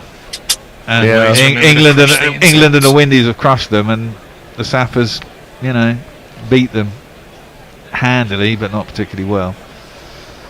So, I think from so we have that situation happen. But I guess from an American point of view, there's 2 ways you can look at this. The first of which is that nobody expected them to make it this far. I didn't expect to make it this far. I thought they had a chance against Canada. I thought maybe 50-50 against Ireland. I thought India and Pakistan were going to hit them all around the park.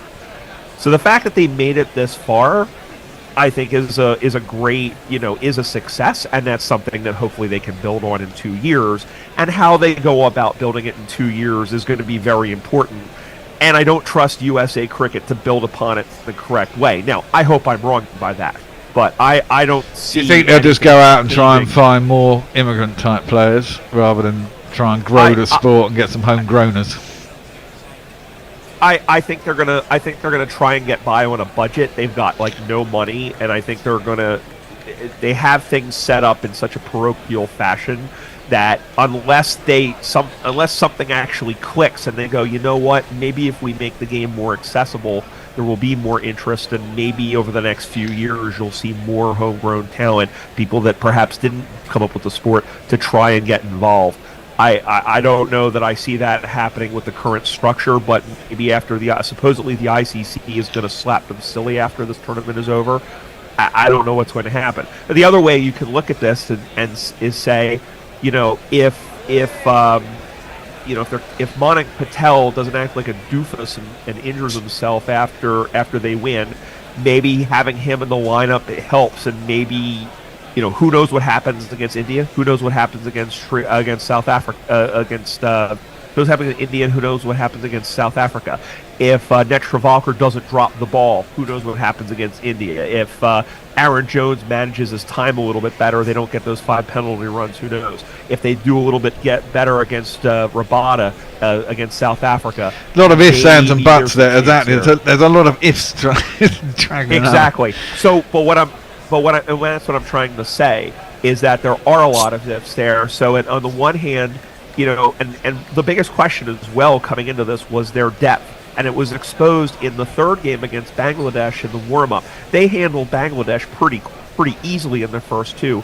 So they rested them in the third game of that series, and they only got held to 104, which Bangladesh met easily.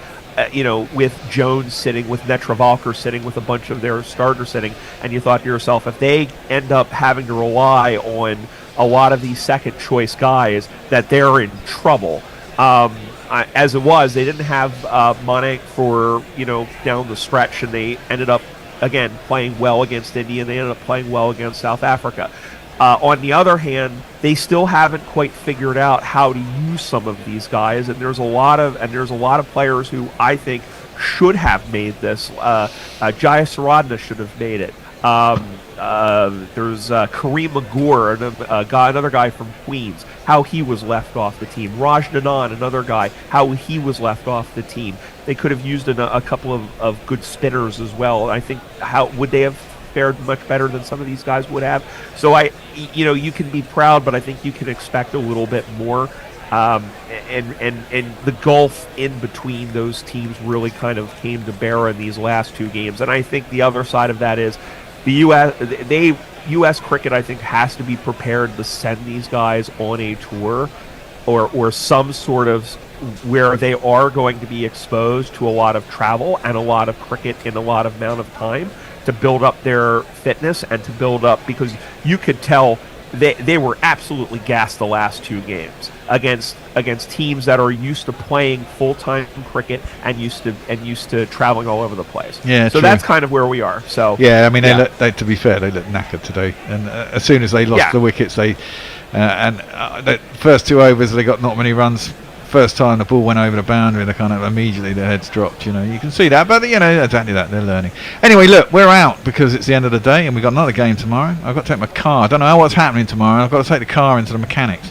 Don't think I'm going to have it back in time for the start of the game, so I might have to cycle over here, which is going to be interesting. Jesus. Yeah, exactly. And then I'm supposed to presumably pick up my car before the end of the day, but no one else is in the studio, so I don't know how this is all going to work. But we're going to be here. It's going to be a good one as well. I'm looking forward to it. Australia versus India. Woohoo! Oh, I hope it's not a good one. Well, I do. I hope it's really tight, and India just pull it off at the end and knock Australia out. Poof! And we say bye bye. Anyway, that's tomorrow. We'll be back. Until then, have a great time, and cheers. We will see you around about 3:20 tomorrow afternoon. Till then, bye-bye. Bye. Guerrilla crickets. Whoa. Guerrilla crickets. Whoa. Guerrilla. Take guard, man the barricades, patrol the cover boundary. At last the time is come, this is a cricketing emergency. Hear this call to arms for every cricket revolutionary. Take up your bats and stumps for the test match insurgency. At first they tried to silence us, but we would not be silenced. They threatened us with lies, so we threatened them with violence. Che Guevara, Sangakkara, Joseph Stalin, Douglas Jardine, Robespierre, Darrell Hare, Vladimir Lenin, O'Brien Kevin, Guerrilla Cricket.